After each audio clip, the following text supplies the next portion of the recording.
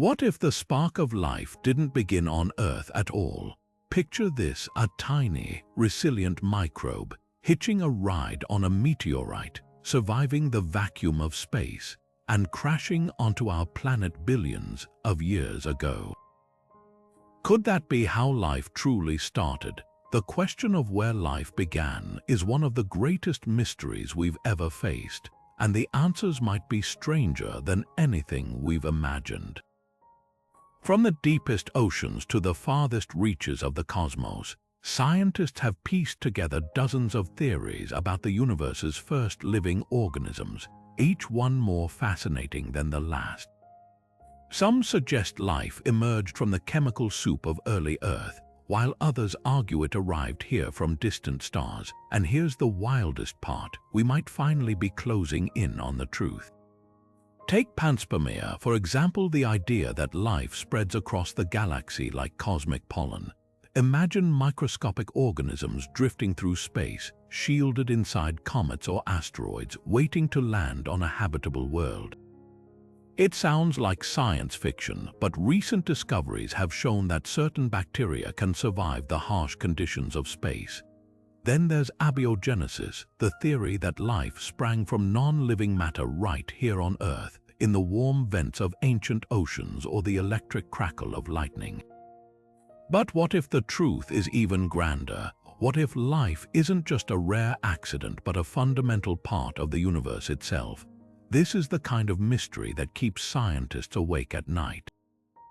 Because if we can uncover how life began not just here but anywhere, it changes everything. It rewrites our understanding of who we are and where we come from. Are we alone, or is the universe teeming with life waiting to be discovered? Today, we're diving into 30 of the most compelling theories about the origins of life, from the wildly speculative to the scientifically plausible. Some will challenge everything you thought you knew. Others will leave you wondering just how far the boundaries of life can stretch. So let's begin this journey together, because the story of how life first flickered into existence might just be the greatest tale ever told. One of the most captivating theories about the origins of life doesn't start on Earth at all. It begins in the vast, frozen reaches of space. This is Panspermia, the idea that life didn't originate here but instead hitched a ride to our planet aboard cosmic travelers like comets or meteorites. Think of space as a massive delivery system carrying the building blocks, or even fully formed microorganisms across the galaxy. The concept might sound like something from a sci-fi movie, but there's real science backing it up. Take amino acids, for instance. These organic compounds are essential for life as we know it, and they've been discovered floating in giant molecular clouds between stars. Even more striking, they've been found inside meteorites that have crashed onto Earth. That means the ingredients for life were already present in space long before our planet formed. But could these ingredients survive the journey? That's where extremophiles come in: tiny, nearly indestructible microbes that thrive in the harshest conditions on Earth. Some can withstand extreme radiation, freezing temperatures, or even the vacuum of space itself. Experiments on the International Space Station have shown that certain bacteria can cling to the outside of spacecraft, surviving years of exposure to cosmic rays and solar radiation. Now, imagine a microbe like that tucked safely inside a comet, shielded from the worst of space's dangers, traveling for millions of years before finally crashing into a young, watery Earth. If even a single hardy organism survived that journey, it could have kick-started the entire tree of life. The implications are staggering. Life might not be unique to Earth at all, but a cosmic phenomenon scattered across the universe wherever conditions allow. Of course, Panspermia doesn't answer every question. It simply shifts the mystery. If life came from space, where did it originally come from? But that's what makes this theory so exciting. It expands the playing field of possibility, turning the search for life's origins into an interstellar detective story. And with every new discovery, whether it's organic molecules in distant nebulae or microbes surviving in space, we get closer to solving one of science's greatest puzzles. What if life didn't just drift through space randomly, but was intentionally planted here by an advanced civilization? This is the bold claim behind directed panspermia, a twist on the panspermia theory that suggests life on Earth might not have been an accident but a deliberate act. The idea was first proposed by none other than Francis Crick, the co-discoverer of DNA's double helix, alongside chemist Leslie Orgel in the 1970s. They argued that the complexity of life's earliest molecules was too intricate to have emerged purely by chance on early Earth. Instead, they theorized that an alien civilization could have sent microbial life here aboard spacecraft, effectively seeding our planet like gardeners planting a cosmic crop. Think about the implications of that for a moment. If true, it would mean life on Earth, and possibly throughout the galaxy, wasn't just a happy accident of chemistry, but part of a grand, intentional design.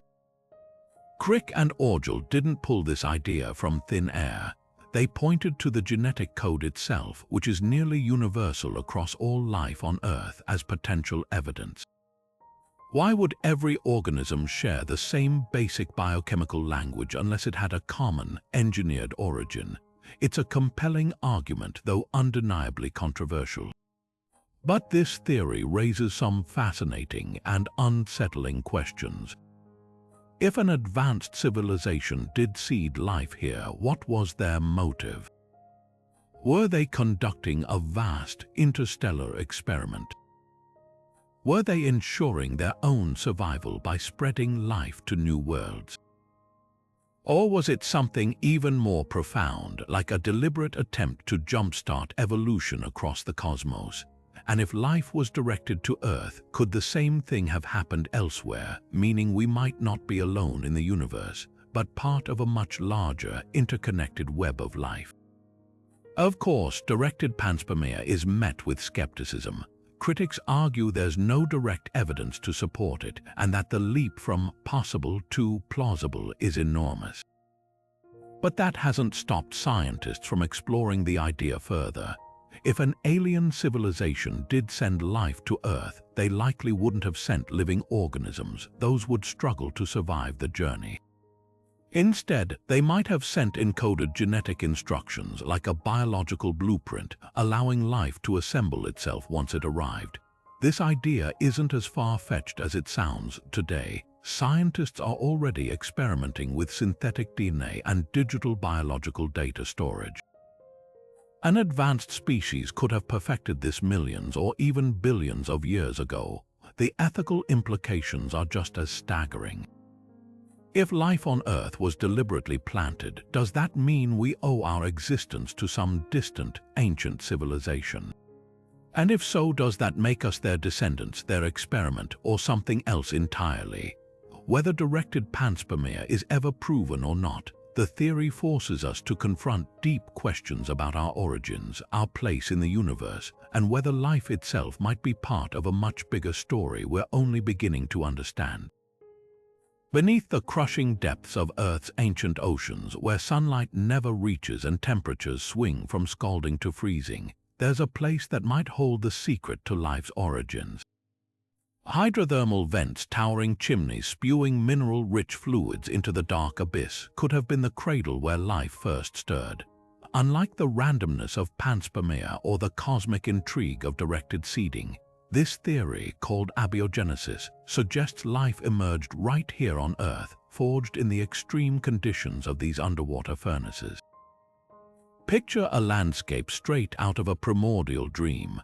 Superheated water packed with hydrogen, methane, and sulfur gushes from cracks in the ocean floor, colliding with the icy seawater above.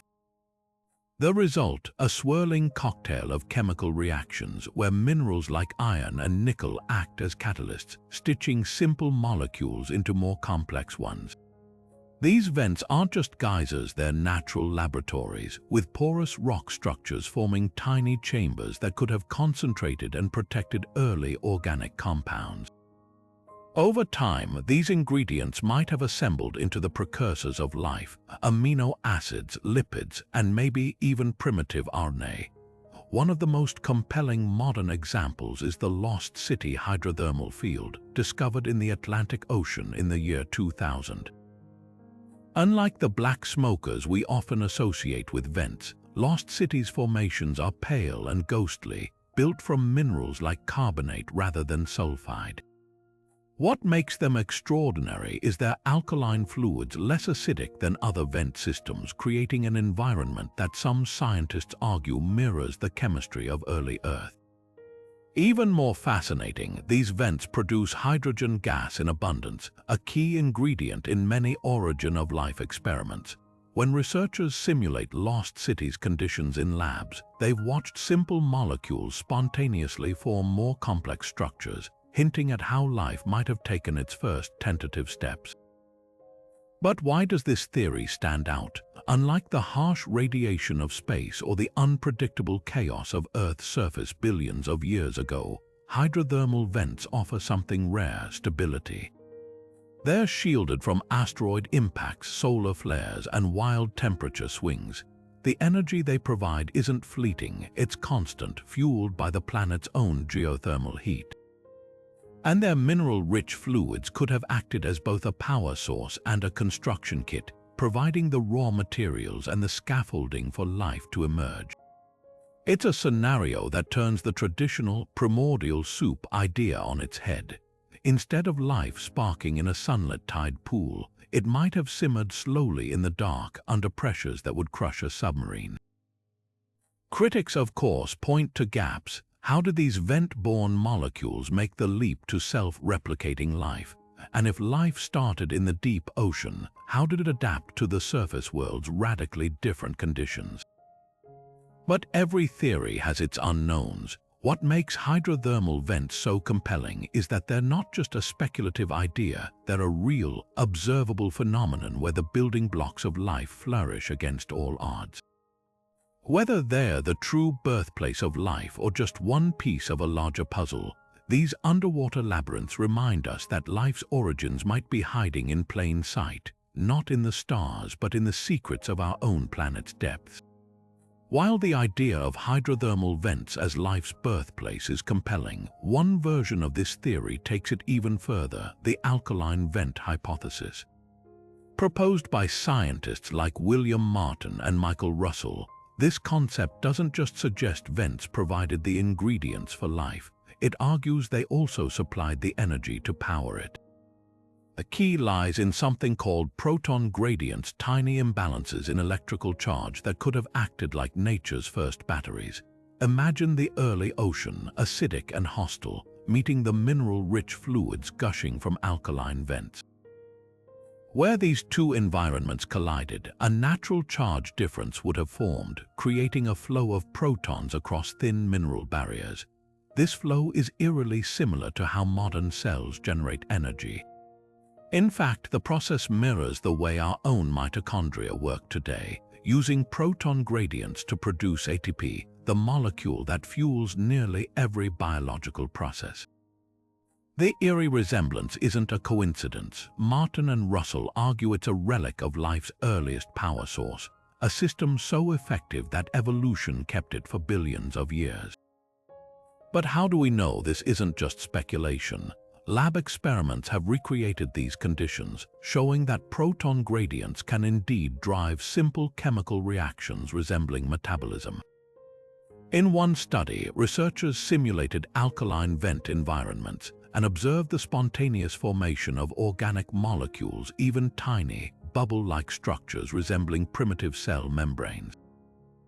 These protocells could have been the stepping stones between chemistry and biology, capturing energy from the vent's natural gradients to grow, divide, and eventually evolve into true living organisms.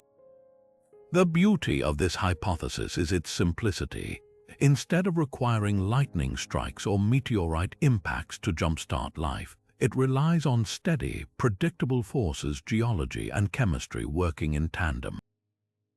Alkaline vents would have been widespread on the young Earth, offering countless opportunities for life to emerge.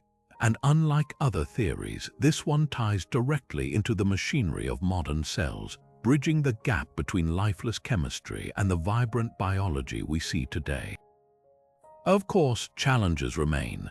Critics point out that maintaining stable proton gradients over geological timescales isn't easy, and the leap from energy-harnessing reactions to genetic coding is still a mystery. But the alkaline vent hypothesis offers something rare, a plausible, testable pathway from the raw materials of Earth to the spark of life itself. If Martin and Russell are right, the answer to life's origins might not just be hidden in the deep sea, it could be written into the very fabric of how all living things power themselves. Picture a young Earth, nothing like the blue and green planet we know today. The sky is a thick, orange haze of ammonia and methane. Volcanoes belch sulfur into the air, and lightning crackles endlessly across the toxic sky. In this hostile world, something extraordinary may have happened, a chemical reaction so simple yet so profound, it could have set the stage for all life to come. This is the primordial soup theory, the idea that life began in Earth's early oceans, where a blend of simple chemicals sparked by lightning or ultraviolet light transformed into the building blocks of life. The foundation of this theory comes from one of the most famous experiments in science history, the Miller-Urey experiment of 1953. Chemists Stanley Miller and Harold Urey wanted to test whether Earth's early atmosphere could produce life's essential ingredients. They filled a glass flask with water, methane, ammonia, and hydrogen gases believed to dominate the air billions of years ago, then zapped the mixture with electric sparks to simulate lightning. Within days, the clear water turned pink, then a murky brown. When they analyzed the contents, they found something astonishing. Amino acids, the very molecules that form proteins, the workhorses of all living cells. It was as if they'd recreated the first moments of life's recipe in a test tube. For decades, this experiment was hailed as proof that life could emerge from simple chemistry. But the primordial soup theory has faced its share of challenges. We now know Earth's early atmosphere might not have been as rich in methane and ammonia as Miller and Urey assumed. Some scientists argue volcanic gases or carbon dioxide were more dominant, which could have made amino acid formation less likely. Others point out that while amino acids are crucial, they're just one piece of the puzzle. Forming them doesn't explain how they assembled into complex proteins or how genetic information like RNA or DNA emerged. Yet the theory hasn't been discarded, it's evolved. Modern research suggests that while the exact conditions of the Miller-Urey experiment may not mirror early Earth perfectly, the basic idea still holds. Lightning wasn't the only possible energy source. Ultraviolet light from the sun, cosmic rays, or even heat from geothermal activity could have powered similar reactions. And the soup might not have been a uniform ocean. It could have been concentrated in tidal pools or near volcanic islands, where cycles of wetting and drying helped molecules link together into longer chains. One fascinating update comes from studies of meteorites. Just as in the Panspermia theory, scientists have found amino acids inside space rocks, but here's the twist. Some of these molecules are structured in ways that suggest they formed in space, not on Earth. This raises a tantalizing possibility. What if Earth's primordial soup was actually a cosmic stew? Maybe the first amino acids didn't just form here. They arrived partially pre-made, raining down from the heavens and enriching the chemical brew where life began. The primordial soup theory may not have all the answers, but that's what makes it so compelling. It's a reminder that life's origins might not hinge on a single eureka moment, but on countless chemical reactions occurring in countless places over countless years. Whether sparked by lightning, forged in vents, or seasoned by stardust, the soup keeps stirring, and with every new discovery, we get closer to tasting the recipe of life itself. What if the first spark of life wasn't a cell or even a protein, but a molecule so versatile it could both store instructions and build itself? This is the heart of the RNA world hypothesis, a theory that paints a stunning picture of life's origins, a time when tiny strands of RNA floating in Earth's ancient waters began copying themselves, evolving, and laying the foundation for everything alive today. RNA is often called DNA's lesser-known cousin, but in this scenario, it's the star of the show. Unlike DNA, which is like a rigid blueprint, RNA is flexible. It can fold into intricate shapes, act as a carrier of genetic information, and catalyze chemical reactions. Some RNA molecules, called ribozymes, can even cut and join other RNA strands, essentially performing the functions of both worker and instruction manual. Imagine a single molecule that doesn't just hold the recipe for life, but also has the tools to whip it up. That's the kind of multitasking that could have kick-started biology from simple chemistry. The beauty of this theory lies in its elegance. For life to begin, two critical things are needed: a way to store information like genes and a way to carry out tasks like enzymes. Modern cells solve this by dividing the labor. DNA stores the code, proteins do the work, but RNA can do both. In a lab, scientists have created ribozymes that can replicate parts of themselves, suggesting that with the right conditions, RNA might have been able to build copies without any outside help. Over time, these self-replicating molecules could have grown more complex, eventually leading to the first simple cells. One of the most striking pieces of evidence supporting this idea is tucked inside your body right now.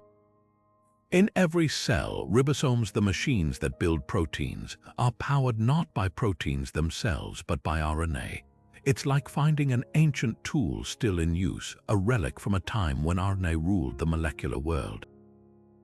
Even viruses, some of the simplest biological entities, often use RNA instead of DNA as their genetic material, hinting at its primordial role. But how did these RNA molecules emerge in the first place?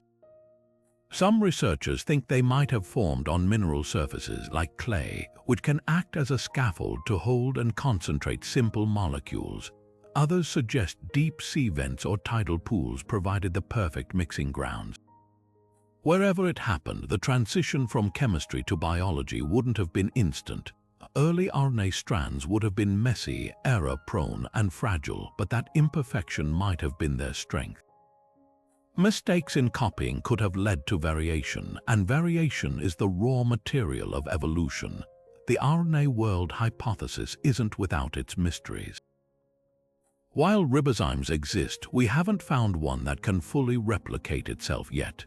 And RNA is notoriously unstable compared to DNA. Keeping it intact in the harsh conditions of early Earth would have been a challenge. But every year, new discoveries push the boundaries of what RNA can do. From synthetic biology labs crafting ever more capable ribozymes to astrobiologists searching for RNA-like molecules on other worlds, the hunt for proof of this primordial RNA world is anything but over. What's remarkable is how this theory ties into the bigger picture. If RNA truly was the first molecule of life, it suggests that the universe might favor certain chemical pathways, that life, wherever it arises, could follow similar rules. It's a humbling thought. The same molecule that might have jump-started biology on Earth could be doing the same right now, in some distant ocean under an alien sun. The RNA world hypothesis is elegant and compelling, but it's not without its challenges. One of the biggest hurdles is RNA's fragility. Unlike DNA's sturdy double helix, RNA is a single-stranded molecule, prone to breaking down in the harsh conditions of early Earth. Heat, UV radiation, or even simple chemical reactions could have shredded these delicate strands before they had a chance to replicate. Imagine trying to build a house of cards in a windstorm. That's the kind of instability RNA might have faced in a world without the protective enzymes modern cells use to safeguard their genetic material. Then there's the question of how RNA molecules could have formed spontaneously in the first place. While experiments have shown that some RNA building blocks can arise under plausible early Earth conditions, assembling them into long, functional strands is another matter. It's like having a pile of scattered letters. You might occasionally get a short word by chance, but an entire sentence. The odds seem astronomically low. Some scientists argue that without a helping hand, whether from mineral surfaces, cycling wet and dry environments, or even ice crystals acting as templates, RNA's spontaneous emergence stretches the limits of probability. This is where alternative theories like peptide RNA coevolution come into play. Instead of RNA working alone, this idea suggests that proteins and RNA might have evolved together, each filling in the other's weaknesses. Think of it as a partnership. Proteins, made up of amino acids, are far more stable than RNA and better at catalyzing reactions. Early peptides could have protected fragile RNA strands or helped them replicate, while RNA provided the genetic instructions to build more peptides. It's a symbiotic relationship that sidesteps the chicken and egg problem of which came first, proteins or genetic material. Recent experiments lend weight to this idea. In labs, researchers have observed short peptides and RNA molecules forming cooperative networks, where each enhances the other's stability and function. One study even found that certain amino acids can bind to RNA, boosting its ability to fold into useful shapes. These interactions hint at a possible middle ground, where life didn't start with RNA alone, but with a messy, dynamic mix of molecules working in concert. Another twist comes from the discovery of ribonucleotides, hybrid molecules that blend RNA and protein-like structures. These oddball compounds could have been the missing link, capable of both storing information and performing tasks long before specialized enzymes or ribosomes existed. If true, it paints a picture of life's origins as less of a single breakthrough and more of a gradual dance, with molecules stumbling into collaboration over millions of years. Of course, the debate is far from settled. Some researchers argue that peptide RNA coevolution just shifts the problem. How did those molecules arise simultaneously? Others point to systems like lipid membranes, which might have provided crucial compartments to keep these early interactions contained and concentrated. What's fascinating is that these challenges don't undermine the RNA world hypothesis so much as refine it. They remind us that life's origins were likely messier, more improvisational, and more interconnected than any single theory can capture. Whether RNA acted alone or with molecular partners, one thing is clear: the path from chemistry to biology wasn't a straight line. It was a trial and error saga, filled with dead ends and lucky accidents, where even the most unstable molecules could, against all odds, find a way to endure. And that's the real lesson here. Life doesn't need perfect conditions to begin. It just needs a foothold, however precarious, and time enough to stumble forward. Imagine a world without enzymes, without cells, just simple molecules drifting in water, waiting for a blueprint to guide them toward life. Now picture something unexpected acting as that blueprint: clay. Not the kind you sculpt into pots, but microscopic clay minerals, their surfaces lined with ridges and pockets that could have served as nature's first workshop.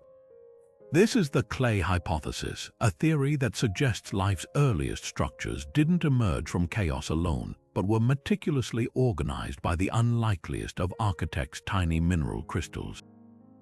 The idea was pioneered by Alexander Graham Cairns Smith, a chemist who noticed something peculiar about clay.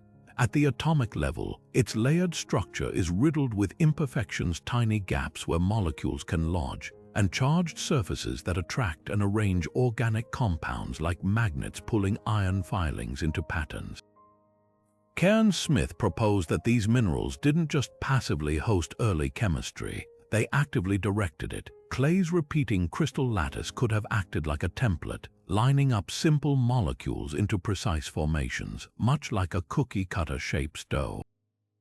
Over time, these ordered clusters might have grown complex enough to function independently, eventually giving rise to the first self-replicating molecules, possibly RNA. What makes this theory so compelling is its grounding in observable chemistry. In labs, researchers have demonstrated that clay minerals like montmorillonite can accelerate the formation of organic molecules, even stitching them into chains. One experiment showed that clay can help assemble lipid membranes, the very barriers that enclose modern cells. Another found that nucleotides, the building blocks of RNA, polymerize far more efficiently when attached to clay surfaces.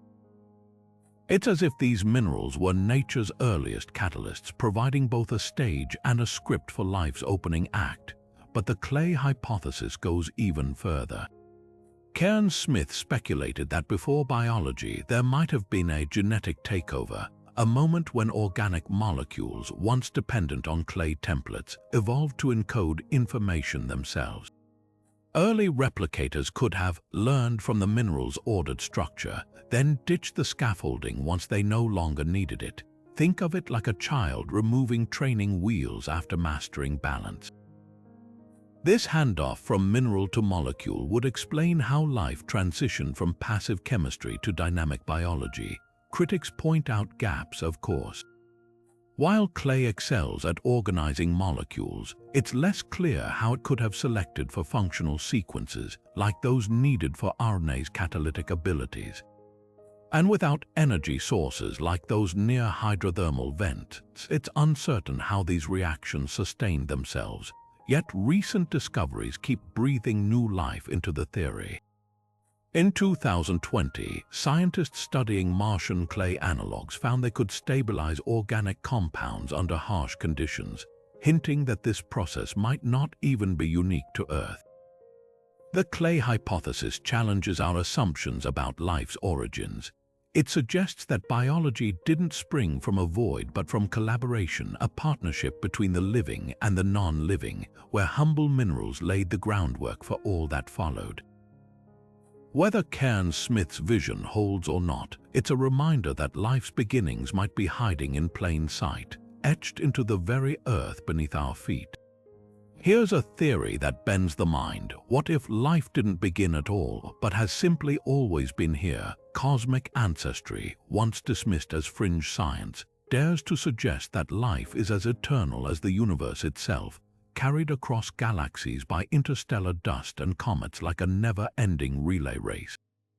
Forget abiogenesis, forget primordial soups. This idea rewrites the rules entirely, proposing that genetic material rains down from space, seeding planets with the raw ingredients for evolution. It's a concept so radical that even its staunchest advocates admit it sounds like something from a cosmic fairy tale. Yet, beneath the controversy, there's a thread of intrigue that keeps scientists from fully turning away. At the heart of cosmic ancestry is the work of astronomers like Fred Hoyle and Chandra Wickramasinghe, who first floated the idea in the late 20th century. They pointed to phenomena like the mysterious red rain of Kerala, a 2001 event where scarlet droplets fell over India, later found to contain cells lacking DNA, which some researchers claimed might be extraterrestrial. Then there's the discovery of complex organic molecules like nucleobases hitchhiking on meteorites. To proponents, these aren't just curiosities, they're evidence of a universe teeming with genetic fragments, drifting like cosmic confetti, ready to jumpstart life wherever conditions allow. But how would this actually work? The theory hinges on two bold claims. First, that life's building blocks, perhaps even entire microbial organisms, can survive eons in the vacuum of space, shielded inside comets or clinging to dust grains. Second, that evolution isn't confined to planets but operates on a galactic scale, with genetic material mixing and mutating across star systems. Imagine a library where every book is a strand of DNA, and solar winds are the librarians shuffling them between shelves. Over billions of years, this interstellar genetic exchange could explain why life arose so quickly on Earth, and why certain molecules like DNA seem oddly universal. Critics, unsurprisingly, have sharp rebuttals. They argue that cosmic radiation would shred unprotected genetic material long before it reached another planet. Others point out that while organic molecules in space are fascinating, they're a far cry from functional life. Even the red rain's alien cells were later linked to terrestrial algae, albeit with puzzling features. And then there's Occam's razor, the principle that the simplest explanation is usually correct. Is it more plausible that life emerged naturally on Earth, or that it's been eternally recycled by unseen cosmic forces? Yet cosmic ancestry persists, fueled by discoveries that blur the line between possible and improbable. In 2023, scientists found uracil, a key component of RNA in samples from the asteroid Ryugu, adding weight to the idea that life's ingredients are extraterrestrial hitchhikers. Meanwhile, experiments exposing bacteria to simulated space conditions show some microbes can survive years of radiation, reviving debates about interstellar panspermia. At its core, cosmic ancestry isn't just a theory about life's origins, it's a philosophical grenade. If true, it means life isn't a fluke but a fundamental feature of the cosmos, as inevitable as gravity or light. It suggests we might all be stardust, not just poetically, but literally, our genetic code written in some ancient interstellar script. Whether it's brilliant or bonkers depends on who you ask, but one thing's certain. In the search for life's beginnings, the universe keeps surprising us. And sometimes the wildest ideas are the ones that push science forward. Deep beneath Earth's surface, where volcanic heat meets mineral-rich waters, there's a theory that life didn't just emerge, it electrified into existence. This is the iron-sulfur world hypothesis, proposed by chemist Günther Wechtersheuser in the 1980s, and it paints a dramatic picture of life's origins, not in tranquil oceans or gentle tidal pools, but on the jagged, reactive surfaces of iron sulfide minerals like pyrite, better known as fool's gold.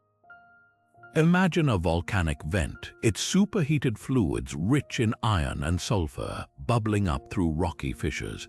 As these minerals crystallize, they form craggy, charged surfaces that could have acted as nature's first power grids, fueling chemical reactions long before cells or enzymes existed. What makes this theory so compelling is how it mirrors the inner workings of life today. Modern cells rely on tiny protein machines called enzymes to drive metabolism, the cascade of reactions that turn nutrients into energy. Many of these enzymes contain iron-sulfur clusters at their core, molecular structures that shuffle electrons like microscopic batteries. It's as if biology preserved a relic of its volcanic beginnings deep within our own biochemistry. Wechtersheuser's insight was that these clusters might not be a later innovation, but a direct descendant of life's earliest energy-harnessing systems. In his scenario, pyrite's crystalline surfaces played a dual role. First, their positive charge attracted negatively charged organic molecules, corralling them into close proximity like a chemical magnet. Second, the mineral's ability to donate and accept electrons could have jump-started simple metabolic cycles, chains of reactions that build complex molecules from simple ones. One such cycle, the reductive citric acid cycle, is especially intriguing. In modern cells, it's a central hub of metabolism, but under the right conditions, versions of it can run spontaneously on iron-sulfur minerals. Wechtersheuser argued that this wasn't a coincidence, but a fossilized clue pointing to life's mineral-powered infancy. Lab experiments have added weight to the idea. When scientists simulate ancient vent conditions, mixing iron sulfide with carbon monoxide and water, they've watched as simple organic compounds form and even link into longer chains resembling metabolic intermediates. In one striking experiment, iron sulfide bubbles acted as primitive cell-like compartments, concentrating reactants and shielding them from the surrounding environment. It's a tantalizing glimpse of how geology might have crossed into biology, with mineral surfaces acting as both reactors and blueprints. Yet the iron-sulfur world isn't without its skeptics. Some question whether these reactions could have produced enough complexity to kickstart life, or how genetic material like RNA fit into the picture. Others point out that modern iron-sulfur enzymes are exquisitely tuned by evolution, a far cry from the messy spontaneity of mineral surfaces. But even critics admit the theory's elegance. It ties life's origins directly to Earth's geothermal energy, sidestepping the need for sunlight or random lightning strikes, and it explains why core metabolic pathways still depend on the very metals that volcanic vents churned out billions of years ago. Whether Wechtersheyus's hypothesis holds up or not, it reshapes how we see life's beginnings. Instead of a stroke of luck in a quiet pond, it suggests life might have been forged in the furnace of Earth itself, its first whispers of metabolism crackling like sparks across a mineral wire. And if that's true, the same processes could be unfolding right now on distant worlds, wherever volcanoes meet water and metals dance with electrons.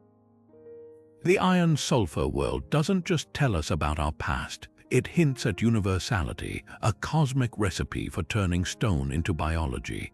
Imagine a world where the first spark of life wasn't a molecule or a mineral, but a tiny, self-made bubble, a microscopic sphere of lipids drifting in ancient waters, acting as nature's first container. This is the essence of the lipid world hypothesis, a theory that flips the script on traditional origin stories. Instead of genetic material or metabolic reactions taking center stage, this idea suggests that life began with something deceptively simple: fatty molecules organizing themselves into protective membranes, creating the very first protocells. Lipids are the unsung heroes of biology. These greasy molecules, like the ones that make up cell membranes today, have a remarkable property: they spontaneously assemble into structures when surrounded by water. Pour oil into a glass of water and it forms droplets, shake it, and you get tiny, stable bubbles. On early Earth, similar processes could have produced countless lipid vesicles, each one a potential cradle for life's earliest chemistry. What makes this so compelling is that these structures aren't just passive bags, they're dynamic. They grow, divide, and even compete. Under the right conditions, lipid membranes can absorb new molecules from their environment, swelling until they split into daughter vesicles, mimicking the most basic form of reproduction. But how does this tie into life's origins? Think of these vesicles as microscopic laboratories. Without a barrier to separate inside from outside, early biomolecules would have drifted apart, diluted in Earth's vast oceans. Lipid membranes solved that problem, creating confined spaces where chemicals could interact at high concentrations. Experiments show that under simulated probiotic conditions, fatty acids, simple precursors to modern lipids, form stable vesicles that can encapsulate RNA, proteins, or other key molecules. Some even develop selective permeability, allowing nutrients in while keeping valuable compounds trapped inside, a primitive version of the complex transport systems in modern cells. One of the most striking examples comes from geothermal pools. In places like Yellowstone's hot springs, researchers have observed lipid-like molecules forming vesicles in scalding, mineral-rich waters. These structures aren't just tough, they're adaptable. Changes in temperature or acidity can cause them to merge, split, or even hunt for new lipids to incorporate, behaving almost like rudimentary organisms. It's a vivid demonstration of how chemistry can edge toward biology without any genetic instructions, just the physical laws driving molecules to organize. The lipid world hypothesis doesn't exist in isolation. It intersects beautifully with other theories. For instance, lipid membranes could have provided the perfect environment for RNA molecules to replicate, solving the fragility problem by shielding them from harsh external conditions. Alternatively, lipid vesicles near hydrothermal vents might have harnessed natural proton gradients, linking membrane formation to early energy harnessing mechanisms. This synergy is why many scientists see lipids not as competitors to the RNA world or iron-sulfur theories, but as collaborators, a missing piece that bridges the gap between isolated molecules and true cellular life. Critics, of course, raise valid questions. How did genetic information eventually take the reins from these simplistic structures? And can lipid vesicles truly evolve without some form of heredity to guide them? Yet recent breakthroughs keep adding weight to the idea. Synthetic biologists have designed protocells that not only divide but also perform basic metabolic functions, all within lipid membranes. Meanwhile, astrobiologists point to the discovery of lipid-like molecules in meteorites, hinting that this process might not even be unique to Earth. The lipid world hypothesis challenges us to rethink what life really needs to begin. It suggests that before there was DNA, before there was metabolism, there might have been something far more fundamental, a boundary, a tiny pocket of order in a chaotic universe, daring to distinguish itself from the void. And if that's true, then the same process could be unfolding right now on icy moons or distant planets, where lipids gather in alien seas, sketching the first rough draft of life. What if the secret to life's origins isn't hidden in chemistry or geology, but in the bizarre, counterintuitive realm of quantum physics? At first glance, the idea seems almost fantastical, but cutting-edge research suggests quantum mechanics might have played a starring role in life's earliest moments. This isn't about particles or atoms alone. It's about how their strange, interconnected behavior could have tipped the scales from non-living matter to biology. Take photosynthesis, for example. In plants and bacteria, sunlight is converted into energy with near-perfect efficiency, a feat that classical physics struggles to explain. The answer: quantum coherence, a phenomenon where particles like electrons exist in multiple states at once, effectively exploring all possible pathways to find the most efficient route. Experiments have shown that these quantum effects aren't confined to icy laboratories. They're alive and kicking in warm, wet, messy biological systems. If nature harnesses quantum tricks today, why couldn't they have been at work 4 billion years ago, guiding the first fragile steps toward life? Roger Penrose, the Nobel Prize-winning physicist, has pushed this idea even further. Alongside anesthesiologist Stuart Hameroff, he proposed that quantum processes might underlie consciousness itself, a theory called orchestrated objective reduction. While controversial, their work raises a provocative question: could quantum phenomena have also influenced life's emergence? Penrose suggests that microtubules, tiny protein structures inside cells, might act as quantum conduits, vibrating at frequencies that bridge the gap between the quantum and classical worlds.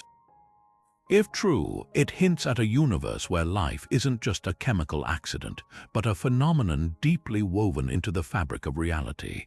But how could quantum effects survive in the noisy, chaotic environment of early Earth? Critics argue that quantum states are notoriously fragile, collapsing at the slightest disturbance. Yet recent discoveries reveal something astonishing. Some quantum processes are surprisingly robust, even in warm, dynamic conditions. Certain molecules, like those found in bird navigation systems or enzyme reactions, exploit quantum tunneling, where particles teleport through barriers impossible to cross under classical physics. If these mechanisms exist in nature today, it's plausible they were present at life's dawn, providing shortcuts for chemical reactions that would otherwise be too slow or improbable. One tantalizing possibility comes from the field of quantum biology. Researchers have found that proton tunneling, a quantum effect where hydrogen nuclei jump between molecules, could have accelerated early metabolic reactions. In the primordial soup, where every millisecond mattered, quantum tunneling might have turbocharged the formation of complex molecules, giving life a head start. Even more striking, some scientists speculate that quantum entanglement, the spooky link between particles across distances, could have helped synchronize chemical processes across multiple sites, turning random reactions into coordinated steps toward biology. The quantum origins theory doesn't just challenge our ideas about life, it reshapes our understanding of the universe itself.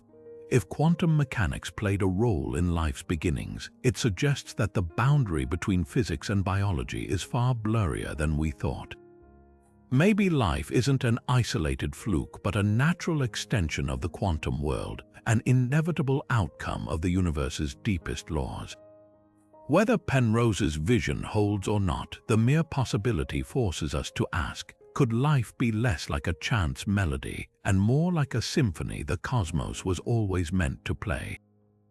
Deep beneath our feet, far from sunlight or oxygen, lies a hidden realm where life thrives against all odds, the Earth's crust. The deep Earth hypothesis suggests that life didn't begin in oceans or tidal pools, but in the scorching, pressurized depths of the planet itself, where radioactive minerals and geothermal heat provided the energy for biology's first whispers. Picture a labyrinth of rock fractures, veins of groundwater, and pockets of molten magma, a subterranean world where microbes, not sunlight or organic soup, became the pioneers of existence. Recent discoveries have turned this idea from speculation into serious science. In gold mines over 2 miles underground, scientists have found bacteria flourishing in cracks filled with ancient, isolated water. These microbes don't rely on photosynthesis or even organic matter. They survive by eating rocks, extracting energy from chemical reactions between minerals like pyrite and hydrogen gas seeping from the Earth's mantle. One such organism, Candidatus disulphurudis audax phaeter, was discovered in a South African mine in 2008. It's the ultimate loner, a single species forming an entire ecosystem, surviving without oxygen, sunlight, or other life forms, relying solely on radioactive decay to split water molecules into hydrogen and free radicals, which it then uses for fuel. The implications are staggering. If life can thrive in these extreme conditions today, why couldn't it have started there? Earth's surface 4 billion years ago was a hostile place, bombarded by asteroids and bathed in ultraviolet radiation. But underground, shielded by kilometers of rock, conditions were stable. Radioactive elements like uranium and thorium would have provided a steady trickle of energy, while geothermal heat kept reactions simmering. Hydrothermal systems in the crust could have cycled mineral-rich fluids, creating natural batteries similar to those in the iron-sulfur world hypothesis, just deeper and more protected. One of the most compelling pieces of evidence comes from the Witwatersrand Basin in South Africa, where scientists discovered microorganisms living in fluid pockets trapped inside rocks for millions of years. These deep Earth residents don't just survive, they reproduce, albeit at a glacial pace, with generation times possibly spanning centuries. Their existence proves that life can persist and perhaps originate in environments we once thought uninhabitable. Critics argue that the leap from isolated microbes to the complexity of life we see today is vast. How could genetic material like RNA or DNA form in such extreme conditions? Yet experiments show that clay minerals in deep crustal rocks can concentrate and stabilize organic molecules, while the slow but constant energy from radioactive decay might have provided the patience required for complexity to emerge.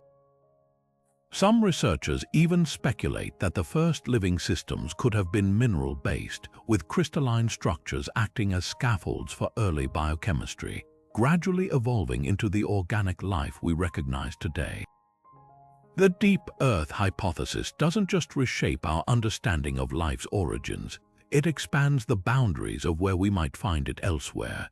If life can begin and thrive in the crushing darkness beneath our feet, then similar environments on Mars, Europa, or Enceladus suddenly seem far more promising. After all, the subsurface oceans of icy moons or the fractured crust of the red planet could mirror the very conditions that nurtured Earth's first organisms. What's most profound is the realization that life might not be a surface phenomenon at all, but something born in the quiet, relentless depths, a testament to biology's tenacity. Whether in scalding vents, radioactive rock fractures, or the hidden reservoirs of distant worlds, life finds a way, and if it started here in the planet's secret heart, then the universe might be far more alive than we ever dared to imagine. Comets have long been dubbed the cosmic delivery trucks of the early solar system. But what if they didn't just bring water to Earth, but the very ingredients for life itself? The theory of cometary delivery takes panspermia a step further, suggesting these icy wanderers didn't merely ferry life's building blocks. They bombarded our planet with a molecular starter kit, priming the oceans and land for biology's grand debut.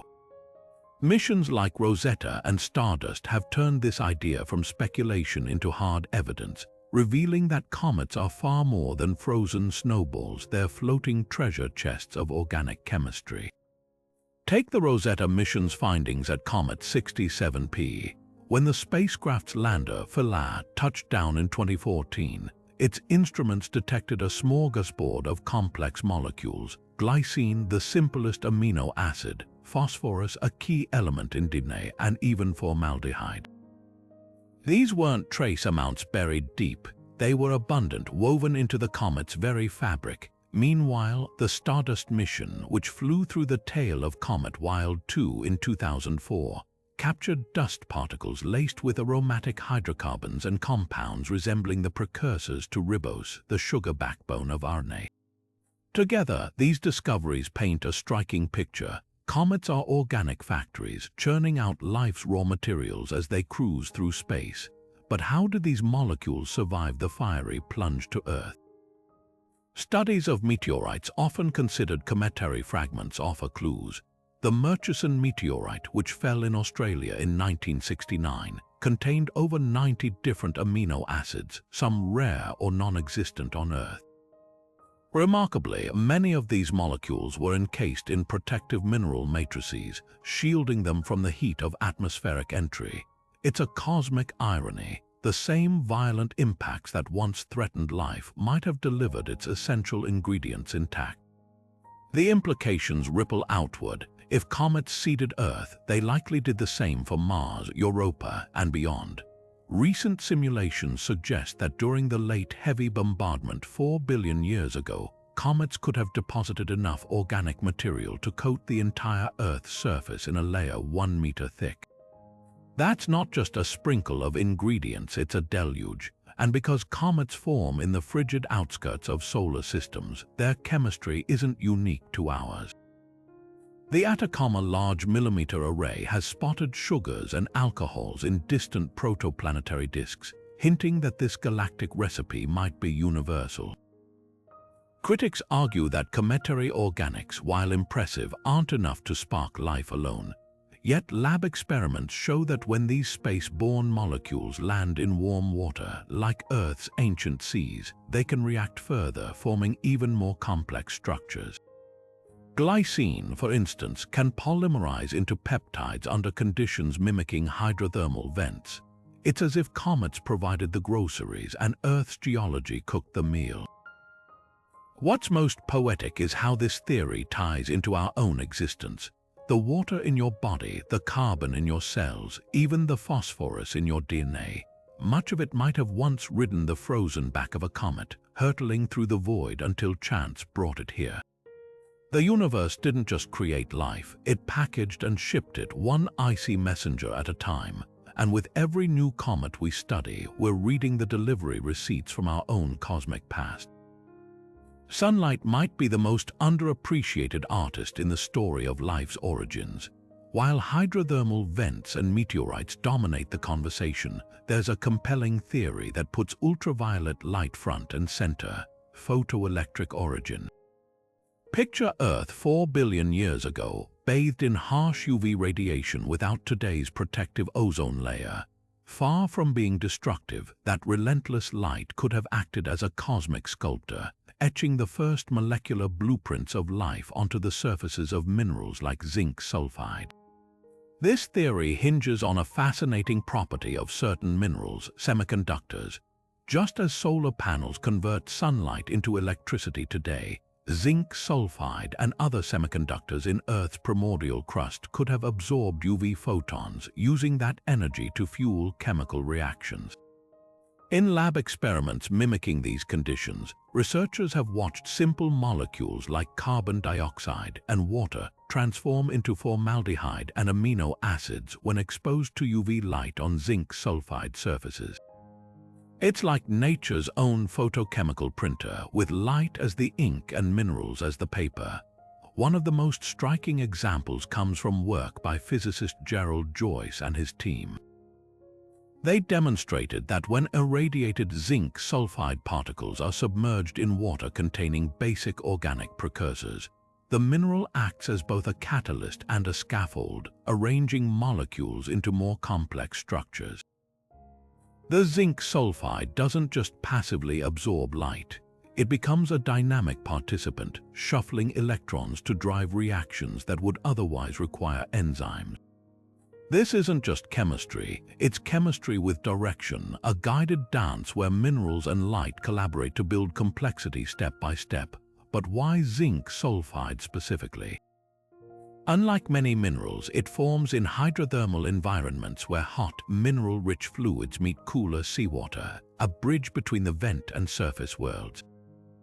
Its crystalline structure is riddled with tiny defects, imperfections that create reactive hotspots ideal for trapping and organizing molecules. Even more intriguing, zinc sulfide is abundant near black smoke vents, suggesting these processes could have worked in tandem with geothermal energy, creating multiple pathways for life's ingredients to emerge. Critics argue that UV light is a double-edged sword. While it can build molecules, it can also break them apart.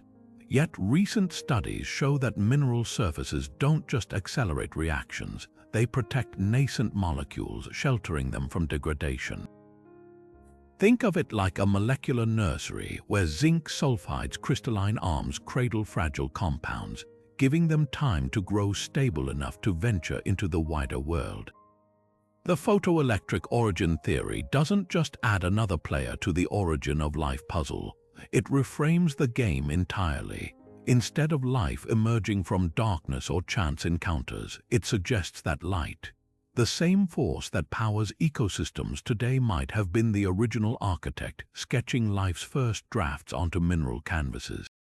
And if that's true, then the spark of life wasn't just a chemical accident.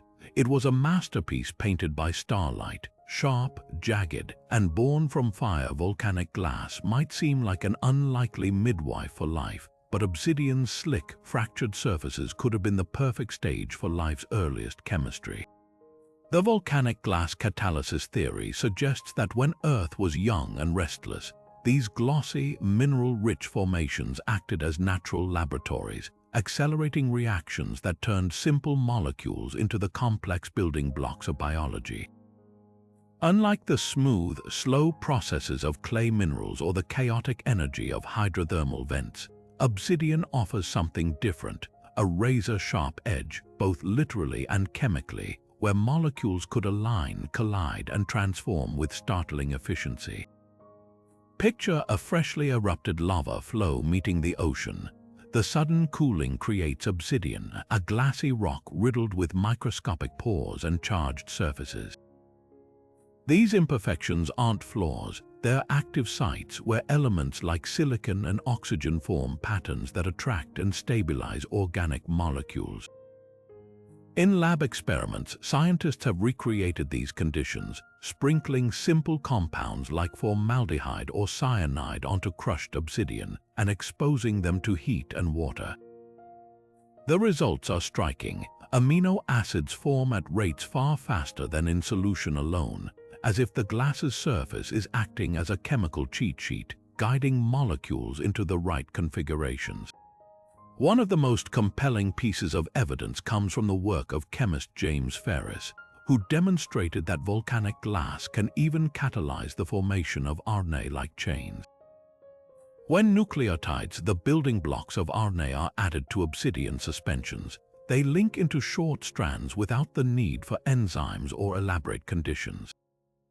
It's a breathtaking hint that genetic material, the very code of life, might have first assembled on the jagged faces of volcanic glass, its formation driven by nothing more than geology and patience. But why obsidian? Unlike other minerals, its glassy structure lacks the rigid order of crystals, making it riddled with reactive nooks and crannies. These defects create what chemists call Lewis acid sites, spots where electrons are hungry, ready to grab onto passing molecules and hold them in place long enough to react. Think of it like a microscopic assembly line where the obsidian surface lines up ingredients precisely, reducing the chaos of random collisions in open water. And because volcanic eruptions were constant on early Earth, fresh obsidian would have been abundant, its surfaces continually renewed, offering endless opportunities for chemistry to inch toward biology. Critics point out that while volcanic glass speeds up certain reactions, it's unclear how it could have selected for functional molecules like self-replicating RNA.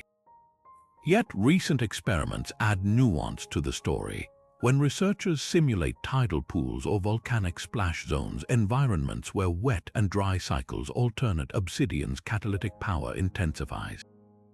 Evaporation concentrates molecules on its surface, while rehydration spreads them out, creating a natural pump that drives complexity. Add in the mineral's ability to shield fragile compounds from UV radiation, and you have a plausible niche where life's delicate early steps could gain traction. The volcanic glass theory doesn't exist in isolation. It intersects beautifully with other origin stories. Imagine a hydrothermal vent spewing mineral-rich fluids into a coastal lagoon lined with obsidian boulders. Here, the vent's chemistry meets the glass's catalysis, while tidal rhythms concentrate and dilute the brew. It's a scenario where multiple theories converge, each reinforcing the other. And that's the real lesson. Life's origins might not hinge on a single eureka moment, but on countless interactions across countless environments, each contributing a piece of the puzzle. What's most poetic is that this theory ties life's birth to Earth's most violent processes. The same eruptions that once incinerated landscapes might have also forged the first whispers of biology, their glassy remnants cradling the reactions that led eons later to us. And if that's true, then the spark of life wasn't just gentle or random. It was etched in fire, sharp as a blade and as enduring as stone.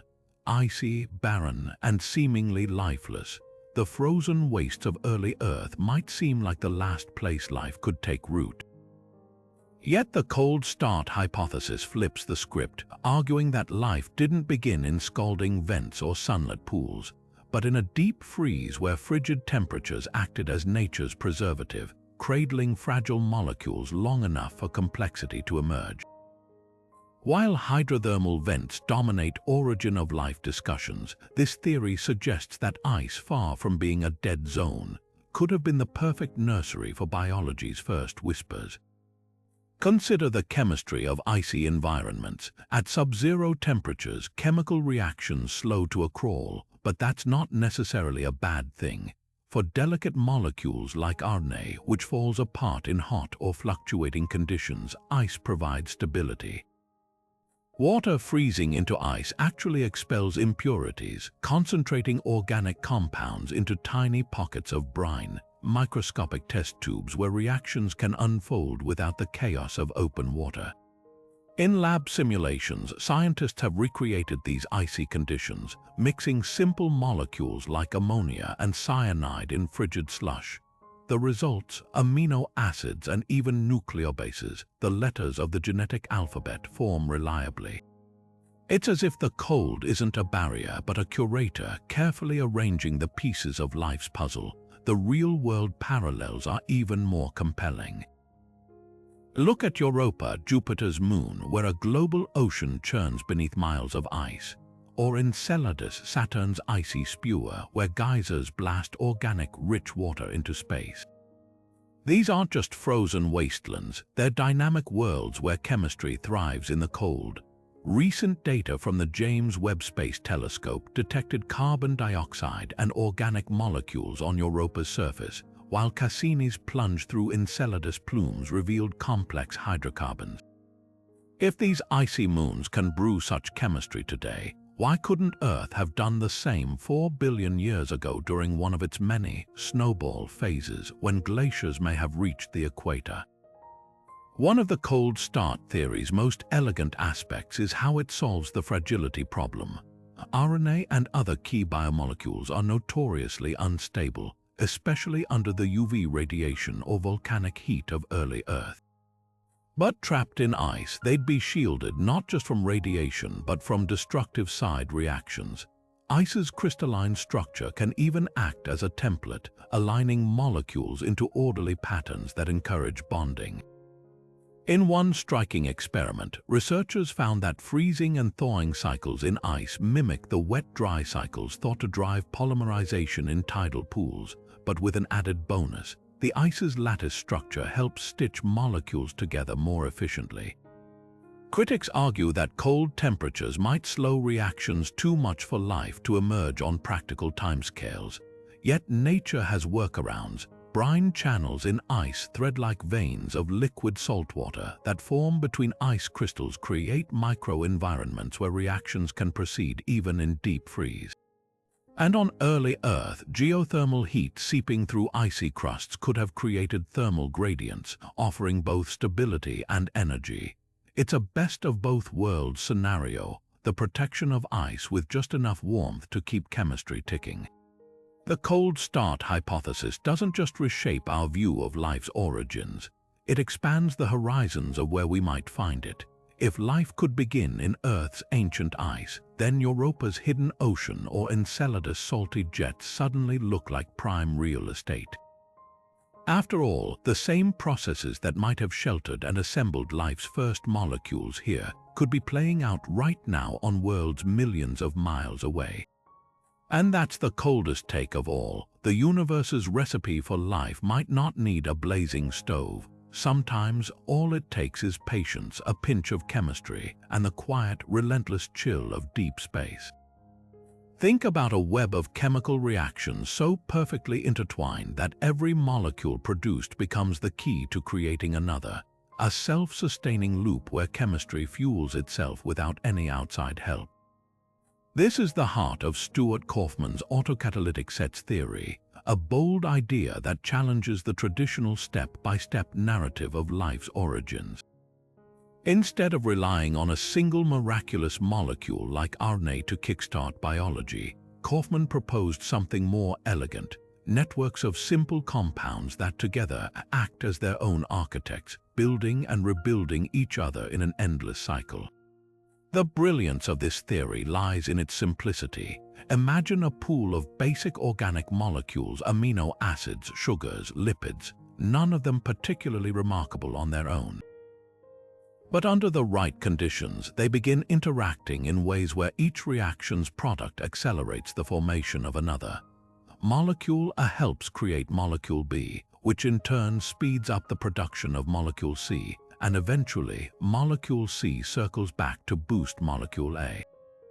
It's a closed loop of mutual reinforcement, a chemical echo chamber where the whole becomes greater than the sum of its parts. Kauffman's mathematical models showed that once such a network reaches a critical threshold of complexity, it transitions from chaos to order, behaving almost like a primitive metabolic system, a shadow of life before true cells existed. One of the most striking modern examples comes from the lab of chemist Gunther von Kiedrauski, who demonstrated this phenomenon with synthetic DNA fragments. In his experiments, short strands of DNA acted as templates to replicate each other, forming a self-sustaining cycle without enzymes or external machinery. Similarly, studies of the citric acid cycle, the core energy-producing process in cells, reveal that its steps can run backward under certain conditions, suggesting it might have originated as an autocatalytic loop. These aren't just lab curiosities, they're glimpses into how lifeless chemistry might have stumbled into self-perpetuation. What makes autocatalytic sets so compelling is how they sidestep the chicken and egg dilemmas plaguing other theories. RNA needs proteins to function. Proteins need RNA to be made, but in Kauffman's world, neither comes first. Instead, a collective of molecules bootstraps itself into complexity, with no single component bearing the full burden of starting life. It's a decentralized approach where emergence, not a lone pioneer, drives the transition from chemistry to biology. critics argue that maintaining such networks in the unpredictable environments of early Earth would have been precarious. Yet recent research on mineral surfaces and thermal gradients suggests these sets could have found stability in porous rocks or hydrothermal vent chimneys, where confined spaces and flowing energy might have nurtured their delicate balance. Even more intriguing, some computational models show that random mixtures of chemicals can spontaneously form autocatalytic sets under surprisingly generic conditions, hinting that this kind of self-organization might be almost inevitable given enough time and diversity. The deeper implication is profound. If autocatalysis is a fundamental property of complex chemistry, then life might not be a fluke but an expected outcome, a natural phase transition in a universe wired to create complexity. Kaufman's vision doesn't just explain life's origins, it reframes life as a cosmic inevitability, waiting to emerge wherever molecules dance together long enough to find their rhythm. And if that's true, then the universe isn't just hospitable to life, it's practically pregnant with it. Meteorite impacts are often depicted as cataclysmic events, world-ending forces that spell doom for the dinosaurs. But what if these violent collisions also played the role of cosmic chemists, forging the very ingredients of life in the searing heat and shockwaves of their arrival? The meteorite-induced chemistry theory flips the script on these destructive giants, suggesting that the same collisions that once scarred Earth's surface could have jump-started the reactions that led to life's emergence. Take the Murchison meteorite, a space rock that fell to Earth in 1969 near the Australian town of the same name. When scientists cracked open its ancient, carbon-rich interior, they found something astonishing: over 90 different amino acids, including many rare or non-existent on our planet. These weren't just trace contaminants, they were embedded deep within the meteorite's structure, suggesting they formed in space long before reaching Earth.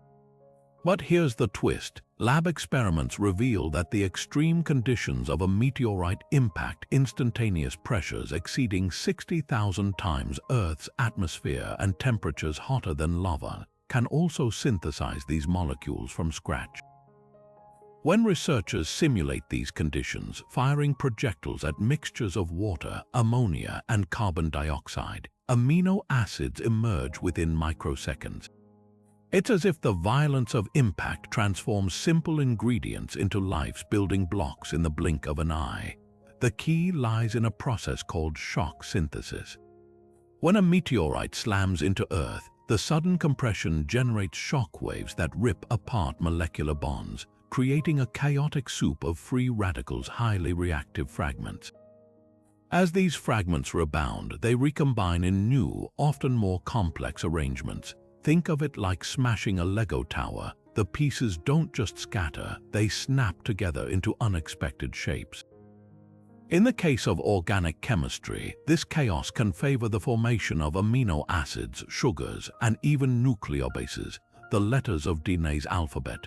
One striking experiment at the University of Kent demonstrated this by firing a bullet-sized projectile at a mixture mimicking early Earth's atmosphere.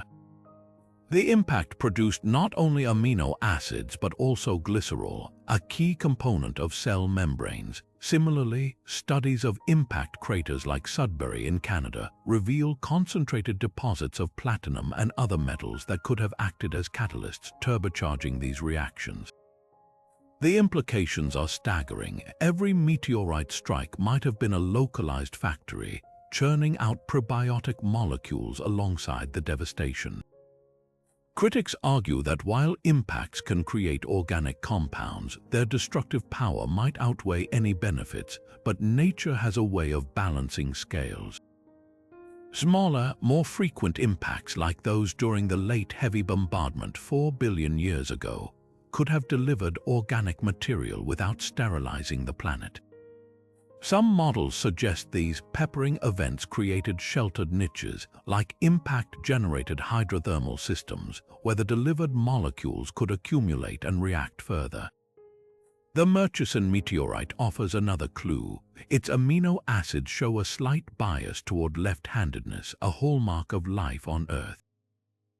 While the origin of this asymmetry remains debated, some researchers propose that polarized light in space or even impact-induced forces could have tipped the scales, hinting that meteorites didn't just bring ingredients, they might have set the table for life's preferences.